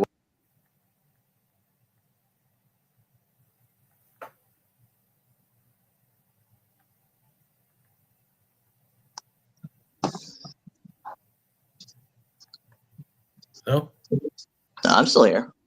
anyway, I'm like, even though you kind of I kind of glitched out a little bit at the end, but I'm just gonna say it anyways. Yes, April Stewart, Gray Delisle, and Jennifer Tilly. Mhm. I mean Jill Talley. Yeah. But I love the episode. I did the Behind the Mantle for it too. Really great memories, and yeah, such a vibe. Where would you put these spokes candies at? S. S. So in S, we got Sonic, SpongeBob and Patrick, Bugs Bunny, Michelangelo, Raphael. I mean, not Raphael, Wolverine. Let's see. B. Sorry, can you repeat that? No wait.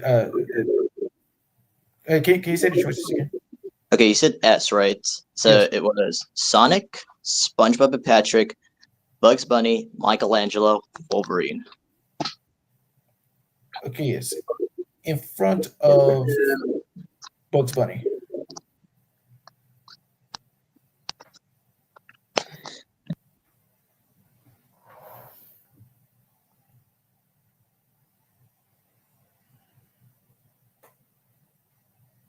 The next one is one of my personal favorites, and I'm so glad I made this episode.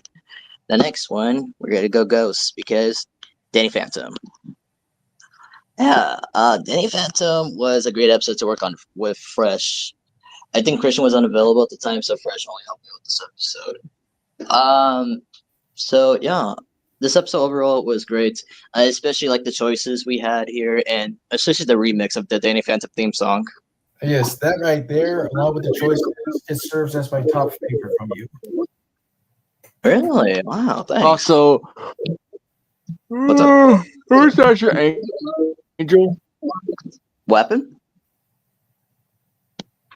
Who's Asher Angel? The guy that played Billy Batson from Shazam. Yeah, he's also in Oh, Andy okay. Mack. He plays Jonah. Ah. So the choices I see, yeah, James Arnold Taylor, Tom Holland, Ben Schwartz. Let's see here: Elijah Wood, Yuri Lowenthal, Cam Clark, Scott Menville, Dante Bosco, Finn Wolfhard, Jace Norman, Jack Dylan Grazer, Josh Keaton, Jason Marsden, Will Friedle, Sam Vincent, Daryl Sabara, Asher Angel, Max Middleman, Sean Marquette, Charlie Schlatter. Let's see here. Robbie Damon, Zachary Gordon, Ben Diskin, and let's see here. Bryce Peppenbrook and Jeremy Shada. This was a lot to take in, yeah. You think so? And I really hope you do predict Danny Phantom because they're going to plan on making a live action Danny Phantom soon. Of course, yeah. And then first, since you said this is your favorite episode for me, what choices do you see? Yes, okay. Yuri Lowenthal, Sean Marquette, Jace Norman, Josh Keaton, Asher Angel, and Jeremy Shada. Good ones. I would put this on S behind the M&Ms. Good place. Yep. All right.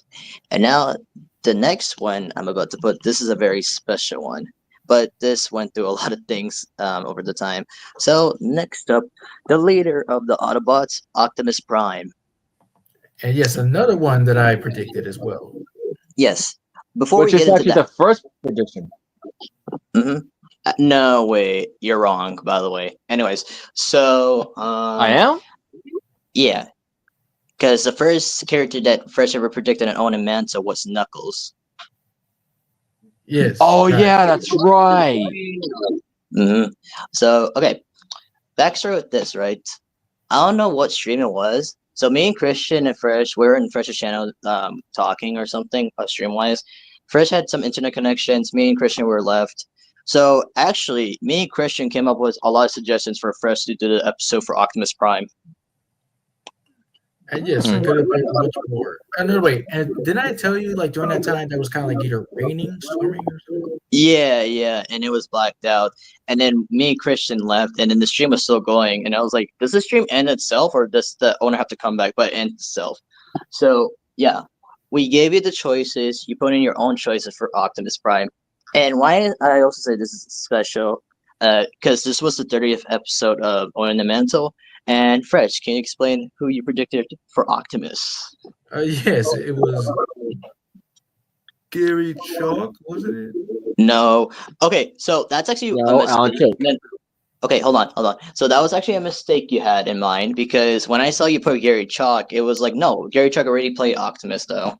Right, my fault. Yes, and and what Christian tried to say, yes, it was actually like Alan Tudyk. Yep, it was Alan Tudyk, and that was honestly a surprising casting. Yeah, but then again, if you give Alan Tudyk anything, he could perfect it. Of course. Yep. And I remember doing the behind the mantle for Mr. Optimus over here. So let me go back here, Optimus Prime. Okay, so for Optimus, for Alan Tudyk, he mostly chose him because his version of Superman and that black robot he plays in Star Wars. K2S. Yep. So yeah, but that was great that you predicted Alan Tudyk for Optimus. Good on you. And that was actually Fresh's second prediction for Owning the Mantle. Yes. How this happened is that like Fresh was doing a stream beforehand, and then before I entered the stream, I was like, wait, Alan Tudyk, and then I was noticing, oh, that's one of Fresh's suggestions. Came in the stream, told him, and it's like, yeah, nice. So yeah, good on you, Fresh. And then if other than Alan Tudyk, who else would you see for Optimus today? Yes. Let's see. Benedict Cumberbatch, Bryan Cranston, Dave Fennoy, Josh Brolin, Jim Cummings, and J.K. Simmons. And what do you call it? This is actually the first episode also that we have two actors that sadly passed away during, because they were still active and alive when this episode came out, but the memorable ones that were in this episode were James Earl Jones and Kevin Conroy. Yes. Yeah, they definitely would have been great choices for Optimus. Amen.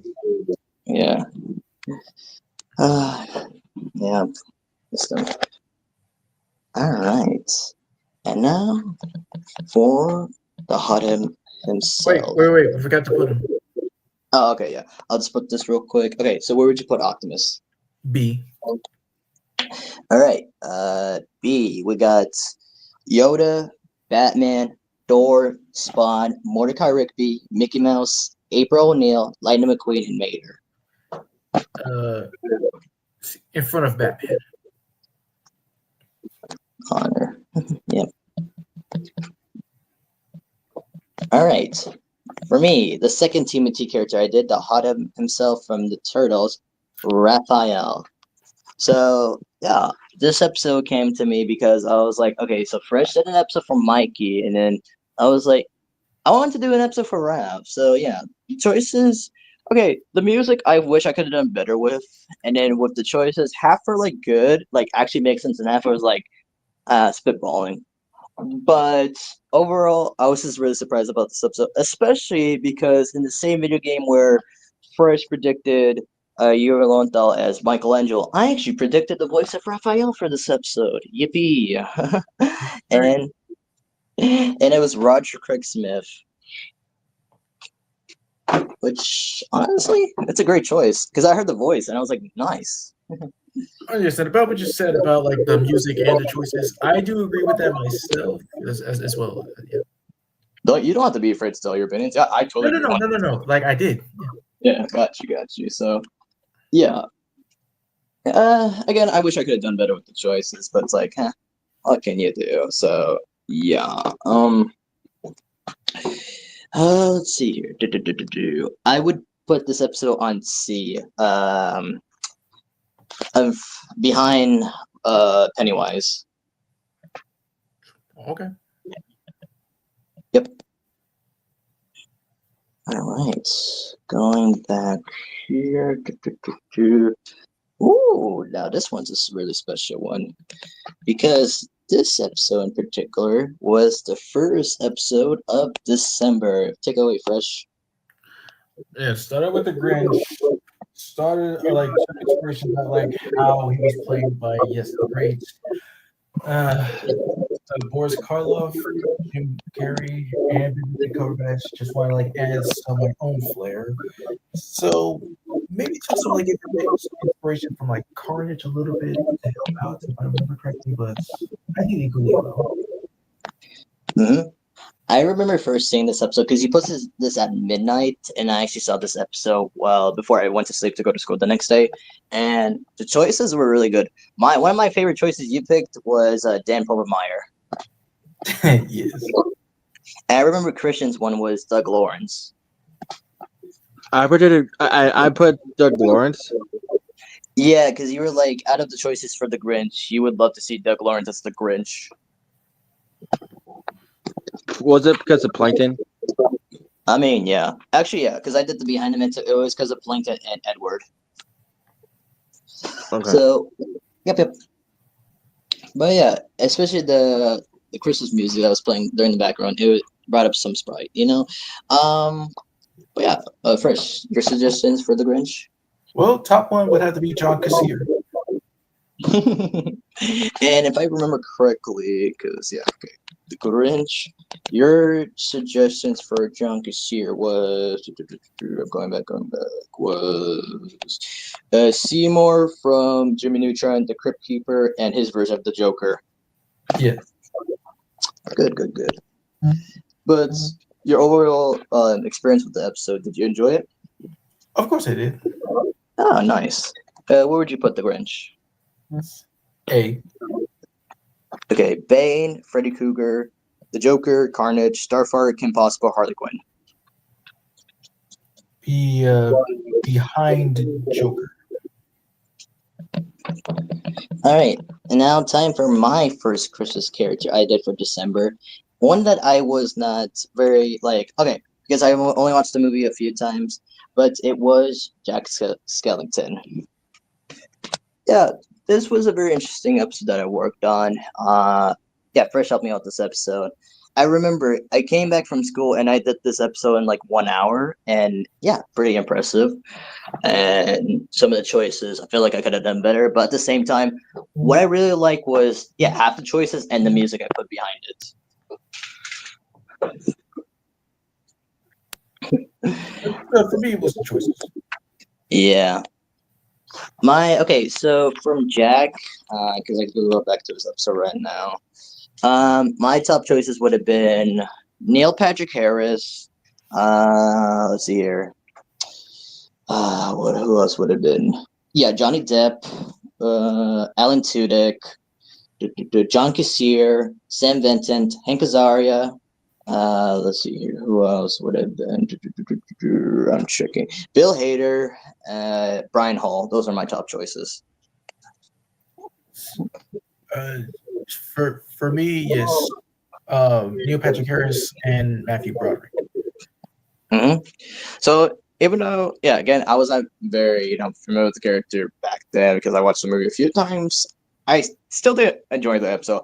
I would honestly put this episode on B.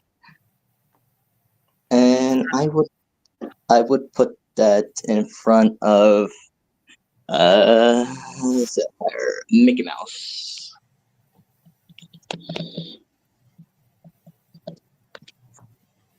Okay, so check mates.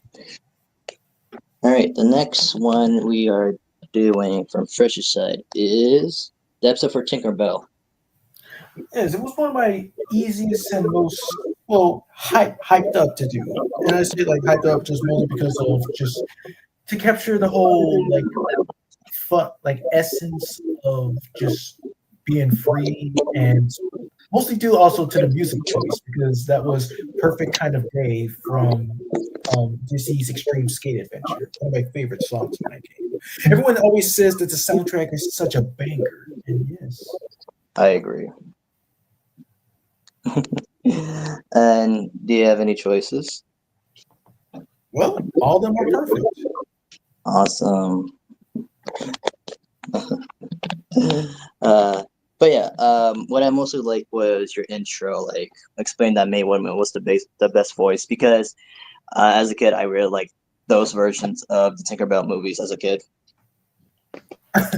Because yes, like it's mostly because like yeah, like I used to saw in the DVD of Carl and the previews of Peter Pan, and I was like, "You ever spoke before?" But I was like, when I saw Mae Whitman's version, I'm like, "Oh, she's perfect." Mm-hmm. All right, where would you put this fairy at?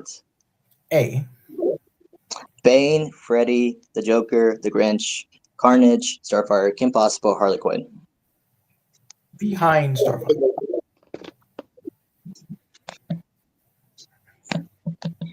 All right, one was one of my greatest episodes, but also like I definitely had a fun time making this one. Yakko, Wacko, and Dots. Yeah. The many choices I chose for these characters were outstanding. I know some could be necessary or not, but I liked it. I also liked both the music I used for this episode as well. Yeah. Because the important thing was with Yakko, Wacko, and Dot was like that they pitched up the voice, but I was trying to find actors that could actually do it themselves. So yeah, I could say from my side who I would see, but there's many of them. So yeah, overall I did like the episode. Oh wait, and even though wait, I'm sorry to cut you off, but like even though you did say to pitch up the voice, but I don't know if you knew, but like the voices they were pitched up themselves by using like computers, you know, kind of like South Park. Yeah, I know. But yeah, that was my input for the episode. Do you have any for your side? Okay, well, top ones for each that I did a little bit fitting. Yes, William Salyers for Yakko. Let's see here. Let's see. Charlie Adler for Yakko, and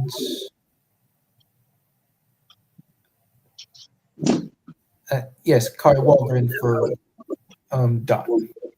Mm-hmm. I would put this episode on A because it was an A plus for me. Dang straight. I would put it behind Starfire. Good.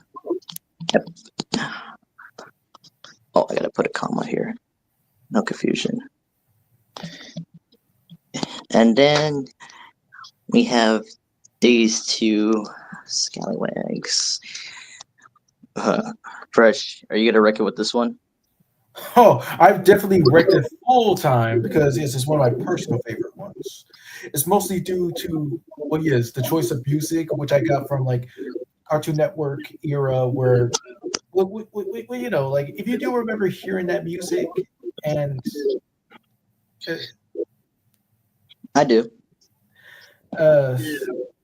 Oh, yeah, like based around the time of like CNN being actual characters, you know, trying to wonder who are those guys in those blocks.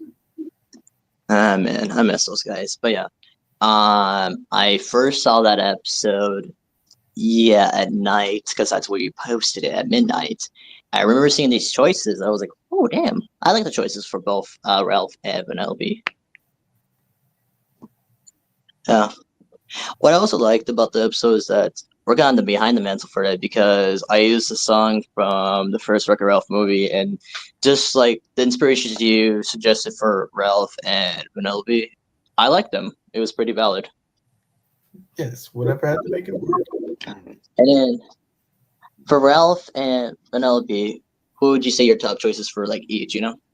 Okay, yes, top each. Let's see. For Ralph, Brendan Fraser, Jeff Garlin, John Goodman, and John DiMaggio.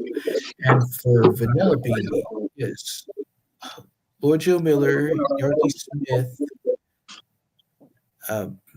Jessica DeChico, Gray Delisle, Kari Walgren, Jesse Flower, and Elizabeth Maxwell. Nice ones. Good, good, good. Now, where would you put these two chuckleheads? S. Sonic, SpongeBob Patrick, M&M's, Danny Phantom, Bugs Bunny, Michelangelo, Wolverine. Behind Bugs Bunny. Good, good, good, good, good. Ralph and Vanilla. All right. And the next one was one I actually did by myself, which was the Koopalings. Oh, on your own. Yeah, because, and no offense, because I was like, at the time, I mean, from the games, yeah, you guys knew the Koopalings, but I was like, did you know about their personalities overall, you know? Well, the personalities, no. But I did remember hearing voice clips of, what was it, Smash Bros. Wii? Mm-hmm. Yeah, you got it. But yeah, I absolutely love the work I did towards this episode. The music was great. I love the choices I put for each one of them. And yeah, because, okay, funny, if you didn't catch this, for each Koopaling, because there's 7 of them, I put 7 choices for each of them. Well, like, it's clever. Yeah. So, yeah. I mean, I see all these choices, but if you have any choices from your side, Fresh, go ahead. So, okay. Well, I happen to agree with you on that. Yeah. I especially love the choices I did for Ludwig, though, because not only that he's my favorite Koopaling, it's like the approach I was going for each one of them. Okay, so if I go back here with Ludwig von Koopa, because it was mostly with the accent. So Roger Quicksmith, that was Steve Smythe. Troy Baker, it was, because I know he could do a British voice, that's what it was. Rob Paulson, it was Birdbrain. Seth MacFarlane, that was Stu. Mm-hmm. Robin Atkin Downs, that was his version of Abomination, not the gruff one, the one from Hulk and the Agent of Smash. Darren Norris, that was Anti-Cosmo. Who didn't see that coming? And then with Benedict, that was all Doctor Strange. Okay. Yep. Loved it. And I from what I remember from your feedback, from when I talked to you the next day, you especially like the ones I did for Morton. Well, yeah, you know, to capture the whole type of because that was a little bit funny. Mm-hmm. So overall, I put this in S because it was like one of my proud ones. I would put this. I would actually put this. Okay, I would. I would put this behind Danny Phantom. Yep. All right. Let's see here. Oh, and funny enough, the next one was another episode by me, and another cool episode that I did. It was Bebop and Rocksteady. So again, similar to like the Spawn episode, for Bebop, I went with all black actors, and for Rocksteady, I only went with white actors or just anyone that could do that kind of voice for Rocksteady. Because, yeah, I wish I could go for like the one from the 80s or like anything like that where you can sound like dumb in a way. But at that time, they still had that rule with Bebop, like only black actors could play black characters because technically Bebop is black. Yes. Well, that's true. But Seth Rogen did a smart thing where it's like he was a warthog, a little warthog. So that was smart on him, honestly. You know, being born as a warthog or mutated in order to. But I do wish you added John Cena for Rocksteady. Yeah, I wish. But I honestly love this episode because of the music. I love using this music a lot. And then the choices with Bebop, yeah, there are definitely a lot of great ones. One I could wish I could put away at the time, but that was like a year later. And then with Rocksteady, my favorite one had to be Arnold Schwarzenegger. Yes. So what was it from your side, Fresh? Let's see. For Bebop, let's see. Yes, Kevin Baker Richardson, Keith Ferguson, Tracy Morgan, and Keegan Michael Key. And for Rocksteady, yes, Cam Bennett, John DiMaggio, Travis Williams, Jess Harnell, and Brad Garrett. hmm And I can read Christian's comments from that episode. He said Ron Perlman would be good for Rocksteady, and he also said it for Clancy Brown. He also agreed with Arnold. He said Terry Crews was perfect fit for Bebop. And yeah, I appreciate it. So for the It episode was for way before.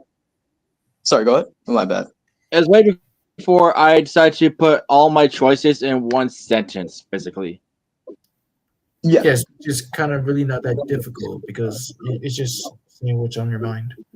hmm Now for the Bebop. Well, because and at the time, sorry, go ahead. My bad. like YouTube, like every time you comment, like every time you like touch something, it asks you to like if you leave, do you want to like delete it or like keep replying? But now, like whenever you like pause on a comment when you press it, it's still on there, so you don't have to worry about like fixing it. So it's Mhm. For the Bebop and Rocksteady, I would definitely put them in A, behind Harley Quinn. All right.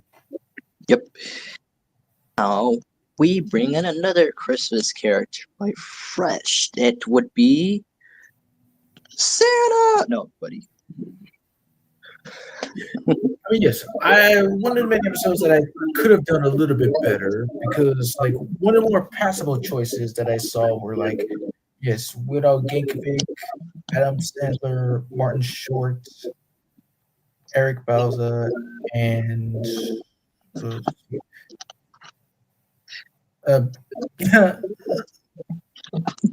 Brock Baker. Good ones, yeah. I remember the ones you put at the time that I was like, huh, you put Mark Hamill in this episode. I was kind of laughing at that a little bit. that's just why'd you put him?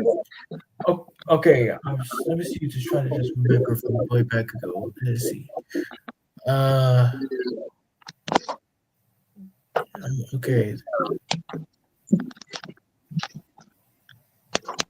Yeah, why? Were you thinking of Dom by any chance?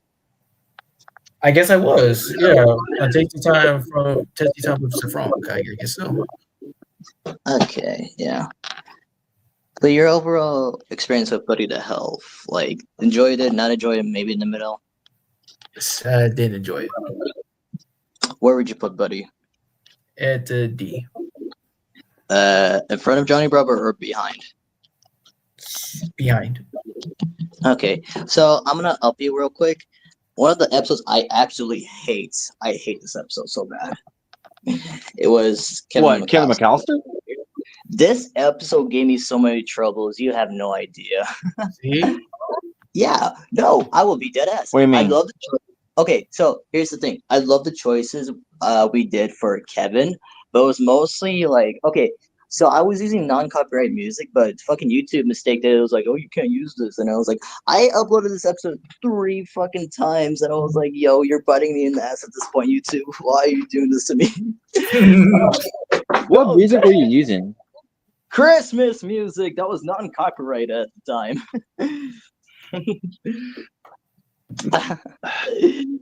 Oh man, bro, I still love Kevin. I still love Kevin from Home Alone, but the episode itself, bro, I'm sorry, it's burning to hell, bro. It's going in F. Bro. Sorry, Kevin. All right, and I'm putting him behind Homer Simpson. So yeah. All right. Even though Halloween was October, we have this episode in mind. It was The Ghost Rider. Go ahead, Fresh. Yes, it's one of my best and hardcore episodes that I've ever done. Care to explain? Mainly from the choices and the music. I especially absolutely the love. music. I love the music and the choices. Like the most I was really impressed by was like the ones that could do badass voices. But I was like, damn, Paul Meyer. I was like, I think we chose Dan was because when Candace had that peanut allergy or whatever it was. No, it was what was it? Parsnips. Yeah. Yeah. So that was your main choice for Dan, right? Yes. Yeah, and it's still a great voice. What are some of the choices you see for Ghost Rider? Yes. Okay. Yes. Jim Cummings, Michael Dorn. Let's see. Diedrich Bader. Mhm. Jess Harnell. Keith David. Yeah. Corey Feldman. Oh wait. David Soloff. And let's see.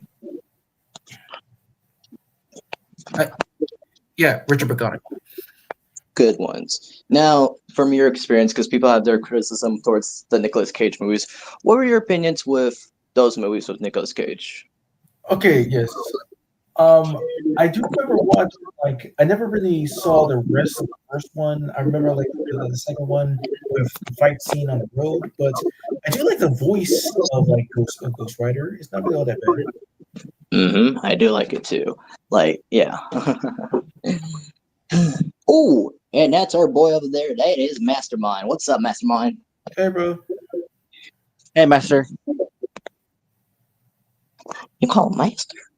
Like, it does, like, all the time. Like, really, when you say it like that, it just kind of sounds a little bit off. Well, technically, they're both white, so it's not technically sounding racist now, is it? No, not like, I don't mean like that. Oh my god! But how are you doing today, Mastermind? We miss you, bro.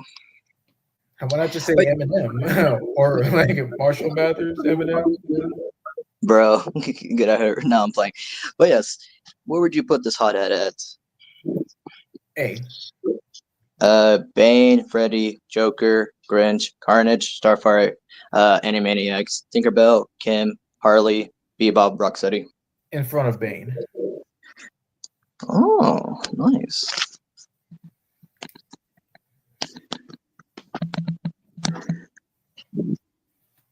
All right, next up, one of my favorite Christmas episodes that I did was Frosty the Snowman. Happy birthday! Knock, knock. Who's there? Ice cream. Ice cream soda.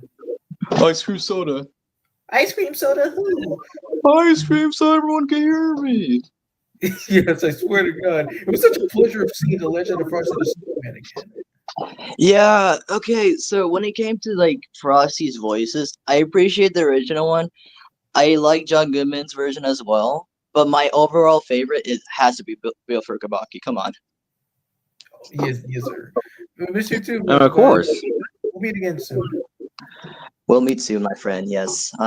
Yeah, that's good to hear. But yeah, I remember we three were working in this episode, and we went all out with Frosty. That's what I liked about this episode. It didn't really matter what it was. It's just you had to all act like all jolly, like similar to Santa Claus, but like in a singing way. See the snowman. I get that some people hate like that song for some reason. That's honestly your problem, not mine. Go ahead. No. Explain yourself.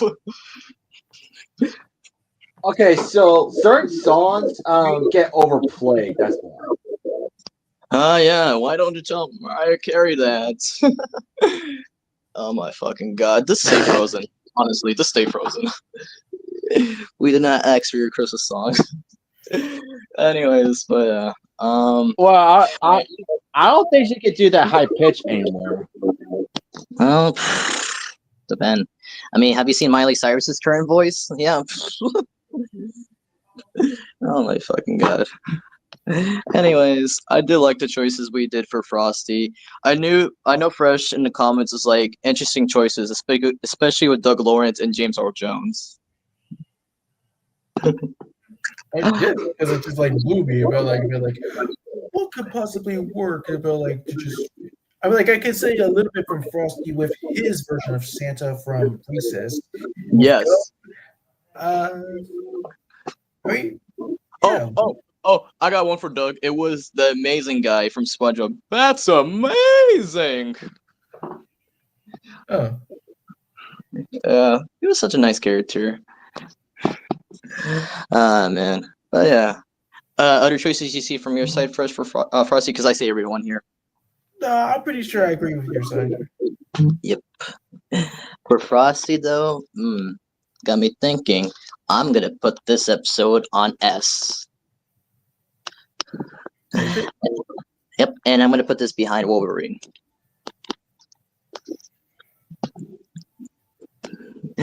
All right. Wolverine. Snowverine. God, if only. And now we're down to our two last episodes. Now the last two ones. Okay, from my side was this was the last one that I did in 2021. It was Santa Claus. Now this episode was very difficult because depending what Wikipedia or anything tells you nowadays who plays Santa Claus, that was the difficult part to do this episode. Yes, it sucks so very much. But thank you very much for like having the opportunity to do the occasion calls. Yeah. And then I actually went to this website. So I don't know if the website is still like active. I actually went to a Santa Claus wiki where they tell you who were all the actors that played Santa Claus from live action and animation. So, But like even though it may be difficult for you, but for me, I know that it said Danny Phantom was my first favorite, but I put Santa as like my really true top favorite from you. okay, so before I explain my side, why do you say Santa's your favorite? Well, it's mostly because due to the fact of you discover the other dudes that got the opportunity to play Santa, and it's both interesting and fun to just find out, and you basically kind of like pulled it off yourself. Yeah, I was really impressed as well. The only thing I want to take back, because again, it didn't tell me, because the only one mistake I did was putting Thomas F. Wilson in that episode. Because it's a Batman the Brave and the Bold. yeah, and I was like, okay, that was my first mistake that I ever made in Owning the Mantle, so fuck, but it's okay, I guess. So yeah, but the other choices I did, I absolutely see everyone because it's time for everyone else to get a chance of playing Santa Claus. Hell yeah! Yeah. All right, hold on. Let me go back to the Santa Claus episode. Santa, where's Santa? I was hoping you would make that reference.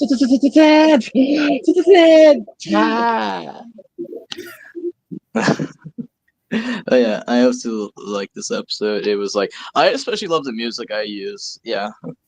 It's very musical. It's the same music I used a year later for the Grinch Behind the Mantle as well. So this one to spice it up also. But yeah. Even though it's your top favorite, for me, you know what? Fuck it. I'll put the Santa Claus episode on A, behind Rocksteady and Bebop. All right. And now we reach the breaking points. The last episode of 2021 for Owning the Mantle, and it was done by Fresh.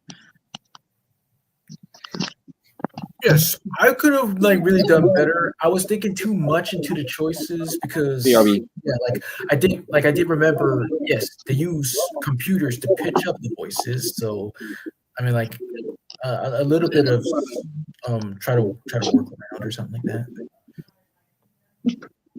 But the saving grace, of course, was the song "Yes, Kyle's Mom's a Bee," the movie version, which everyone prefers, other than how it originated first.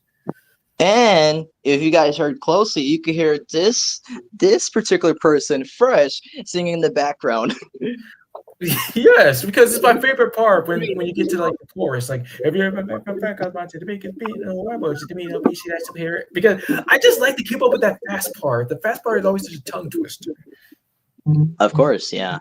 I absolutely love this episode. Like when it first came out, and along with Mordecai Rigby and other episodes, this was like the most played episode I was watching at the time at 2021 and 2022 because it was so good. Bingo! Yeah. Or should I say Zingo? Zingo, bingo, bingo. Oh man, good times, good times. I remember we were in a private call about this, right? And then originally this was supposed to be Mrs. Claus episode, but you wanted to do this episode first because this was also a mystery character for you. Well, yes, just one, and to also, well, basically, the first South Park shorts. Yes, it started out as shorts, like they were Christmas related with Jesus versus Frosty and Jesus versus Santa. Yep. And the choices, I helped you with some of them, yes. But overall, you had some great choices for Stan, Kyle, Cartman, and Kenny. And if you can remember, like, half the choices for them. Oh, like, well, I got them right here. So, like, for one of each, in order to make it to fit right. Yeah, let's see. So, Sean Marquette for Stan. Let's see. I did say, Ben Diskin for Kyle. Mhm. Lee Tokar for Cartman, and let's see. Brock Baker for Kenny because his impression was really good. Oh my god, they killed Kenny! You bastards! Yeah, good times. Yeah. And overall, this was a good send off for 2021 for Weapon. We almost forgot like putting it. Oh, of course. I was gonna make my speech, but of course, where would you put these South Park characters at? B. All right, so let me read the list real quick. All right, Yoda, Optimus, Batman, Thor, Spawn, Mortals and Riggs, Jack Skellington, Mickey Mouse, April O'Neil, Lightning, and Mater. Yes, behind Lightning and Mater. All right. So, as I was going to say before, this was a proper send off for 2021 for Owning the Mantle. Thanks, straight. The stepping stone about what was going to go eventually, because so many surprises around the horizon. The next time we get to be able to do this type of thing. Of course. And yeah, just complete the first year of Owning the Mantle. Yeah, we did 44 episodes, which is really, really impressive. I liked it. Hell yeah. Yeah. But yeah, I would mostly like to thank you, Fresh, for giving me this opportunity back that year. And then eventually next year, we gave Christian the opportunity. Yes. Yay! Yep. So overall, happy 4 years to Owning the Mantle, everyone. True that. Free Oh, cheers! And if you can be able to, like, can you be able to like show the list if you can? No, because I'm on phone. You can only do that. You know what? My fault. Like, I'm sorry. Like, I thought, I just only asked you that because I thought it would serve as some kind of like surprise to see, like, show. Oh no! So when I make the thumbnail later, I'm gonna go to the tier listing and add every character, and I'm gonna send it to you first. Oh, okay. And yeah, overall, this was a great stream. This remember the good times in Ornament, so where we could go all out, and these episodes were truly memorable overall. I'd say so. So I was just saying, just thank you again for also inspiring me with the idea in the first place again. It's really no issue because also from my side, casting is also my favorite part when it comes to like these kind of like directions or like the people you're working with. That's the most fun I do with Owning the Mantle overall. And since because like you said that, I just kind of like feel like, yeah, it is fun now that when you put it that way. Yeah, I mostly have to thank Charlie Adler for this because when I saw his credits for like any of these shows that he worked on and how he basically gives the directions of like voice this character like this or do it this way, it's like that's really fun to do. Yeah. For me, it was Andrea Romano. She's also a great legend. Yeah. Oh, okay. So before I end the stream, okay. So I saw the that podcast of her and Jim Cummings, and I was surprised she said the N. Yes, you did. Whoa! Yeah. Because it makes sense because she worked on the Boondocks. And there was a huge compilation of everybody like saying the N-word. Like you had like Fred Willard, you had Jeff Bennett, because everyone was dying at that part. The way how he said like the N-word. N-word, please. Yeah. Like jump in, and he was like, "Tell these N-words."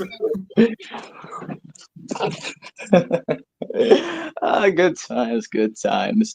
Anyways, we hope you all enjoyed the stream, and we definitely had a great time again remembering these episodes. And if you guys are still here, I don't know, if you guys want us to rank our 2022 episodes, that'll be great. Please leave a like. I don't know. Or you could just pick whenever Okay, like wait. there's an opportunity to do so. Not anniversary rise, but you get the idea. Yeah, definitely. All right. Well, great stream, everyone, and hope everyone has a great day, and God bless all of you. And Bye bye. Bye bye.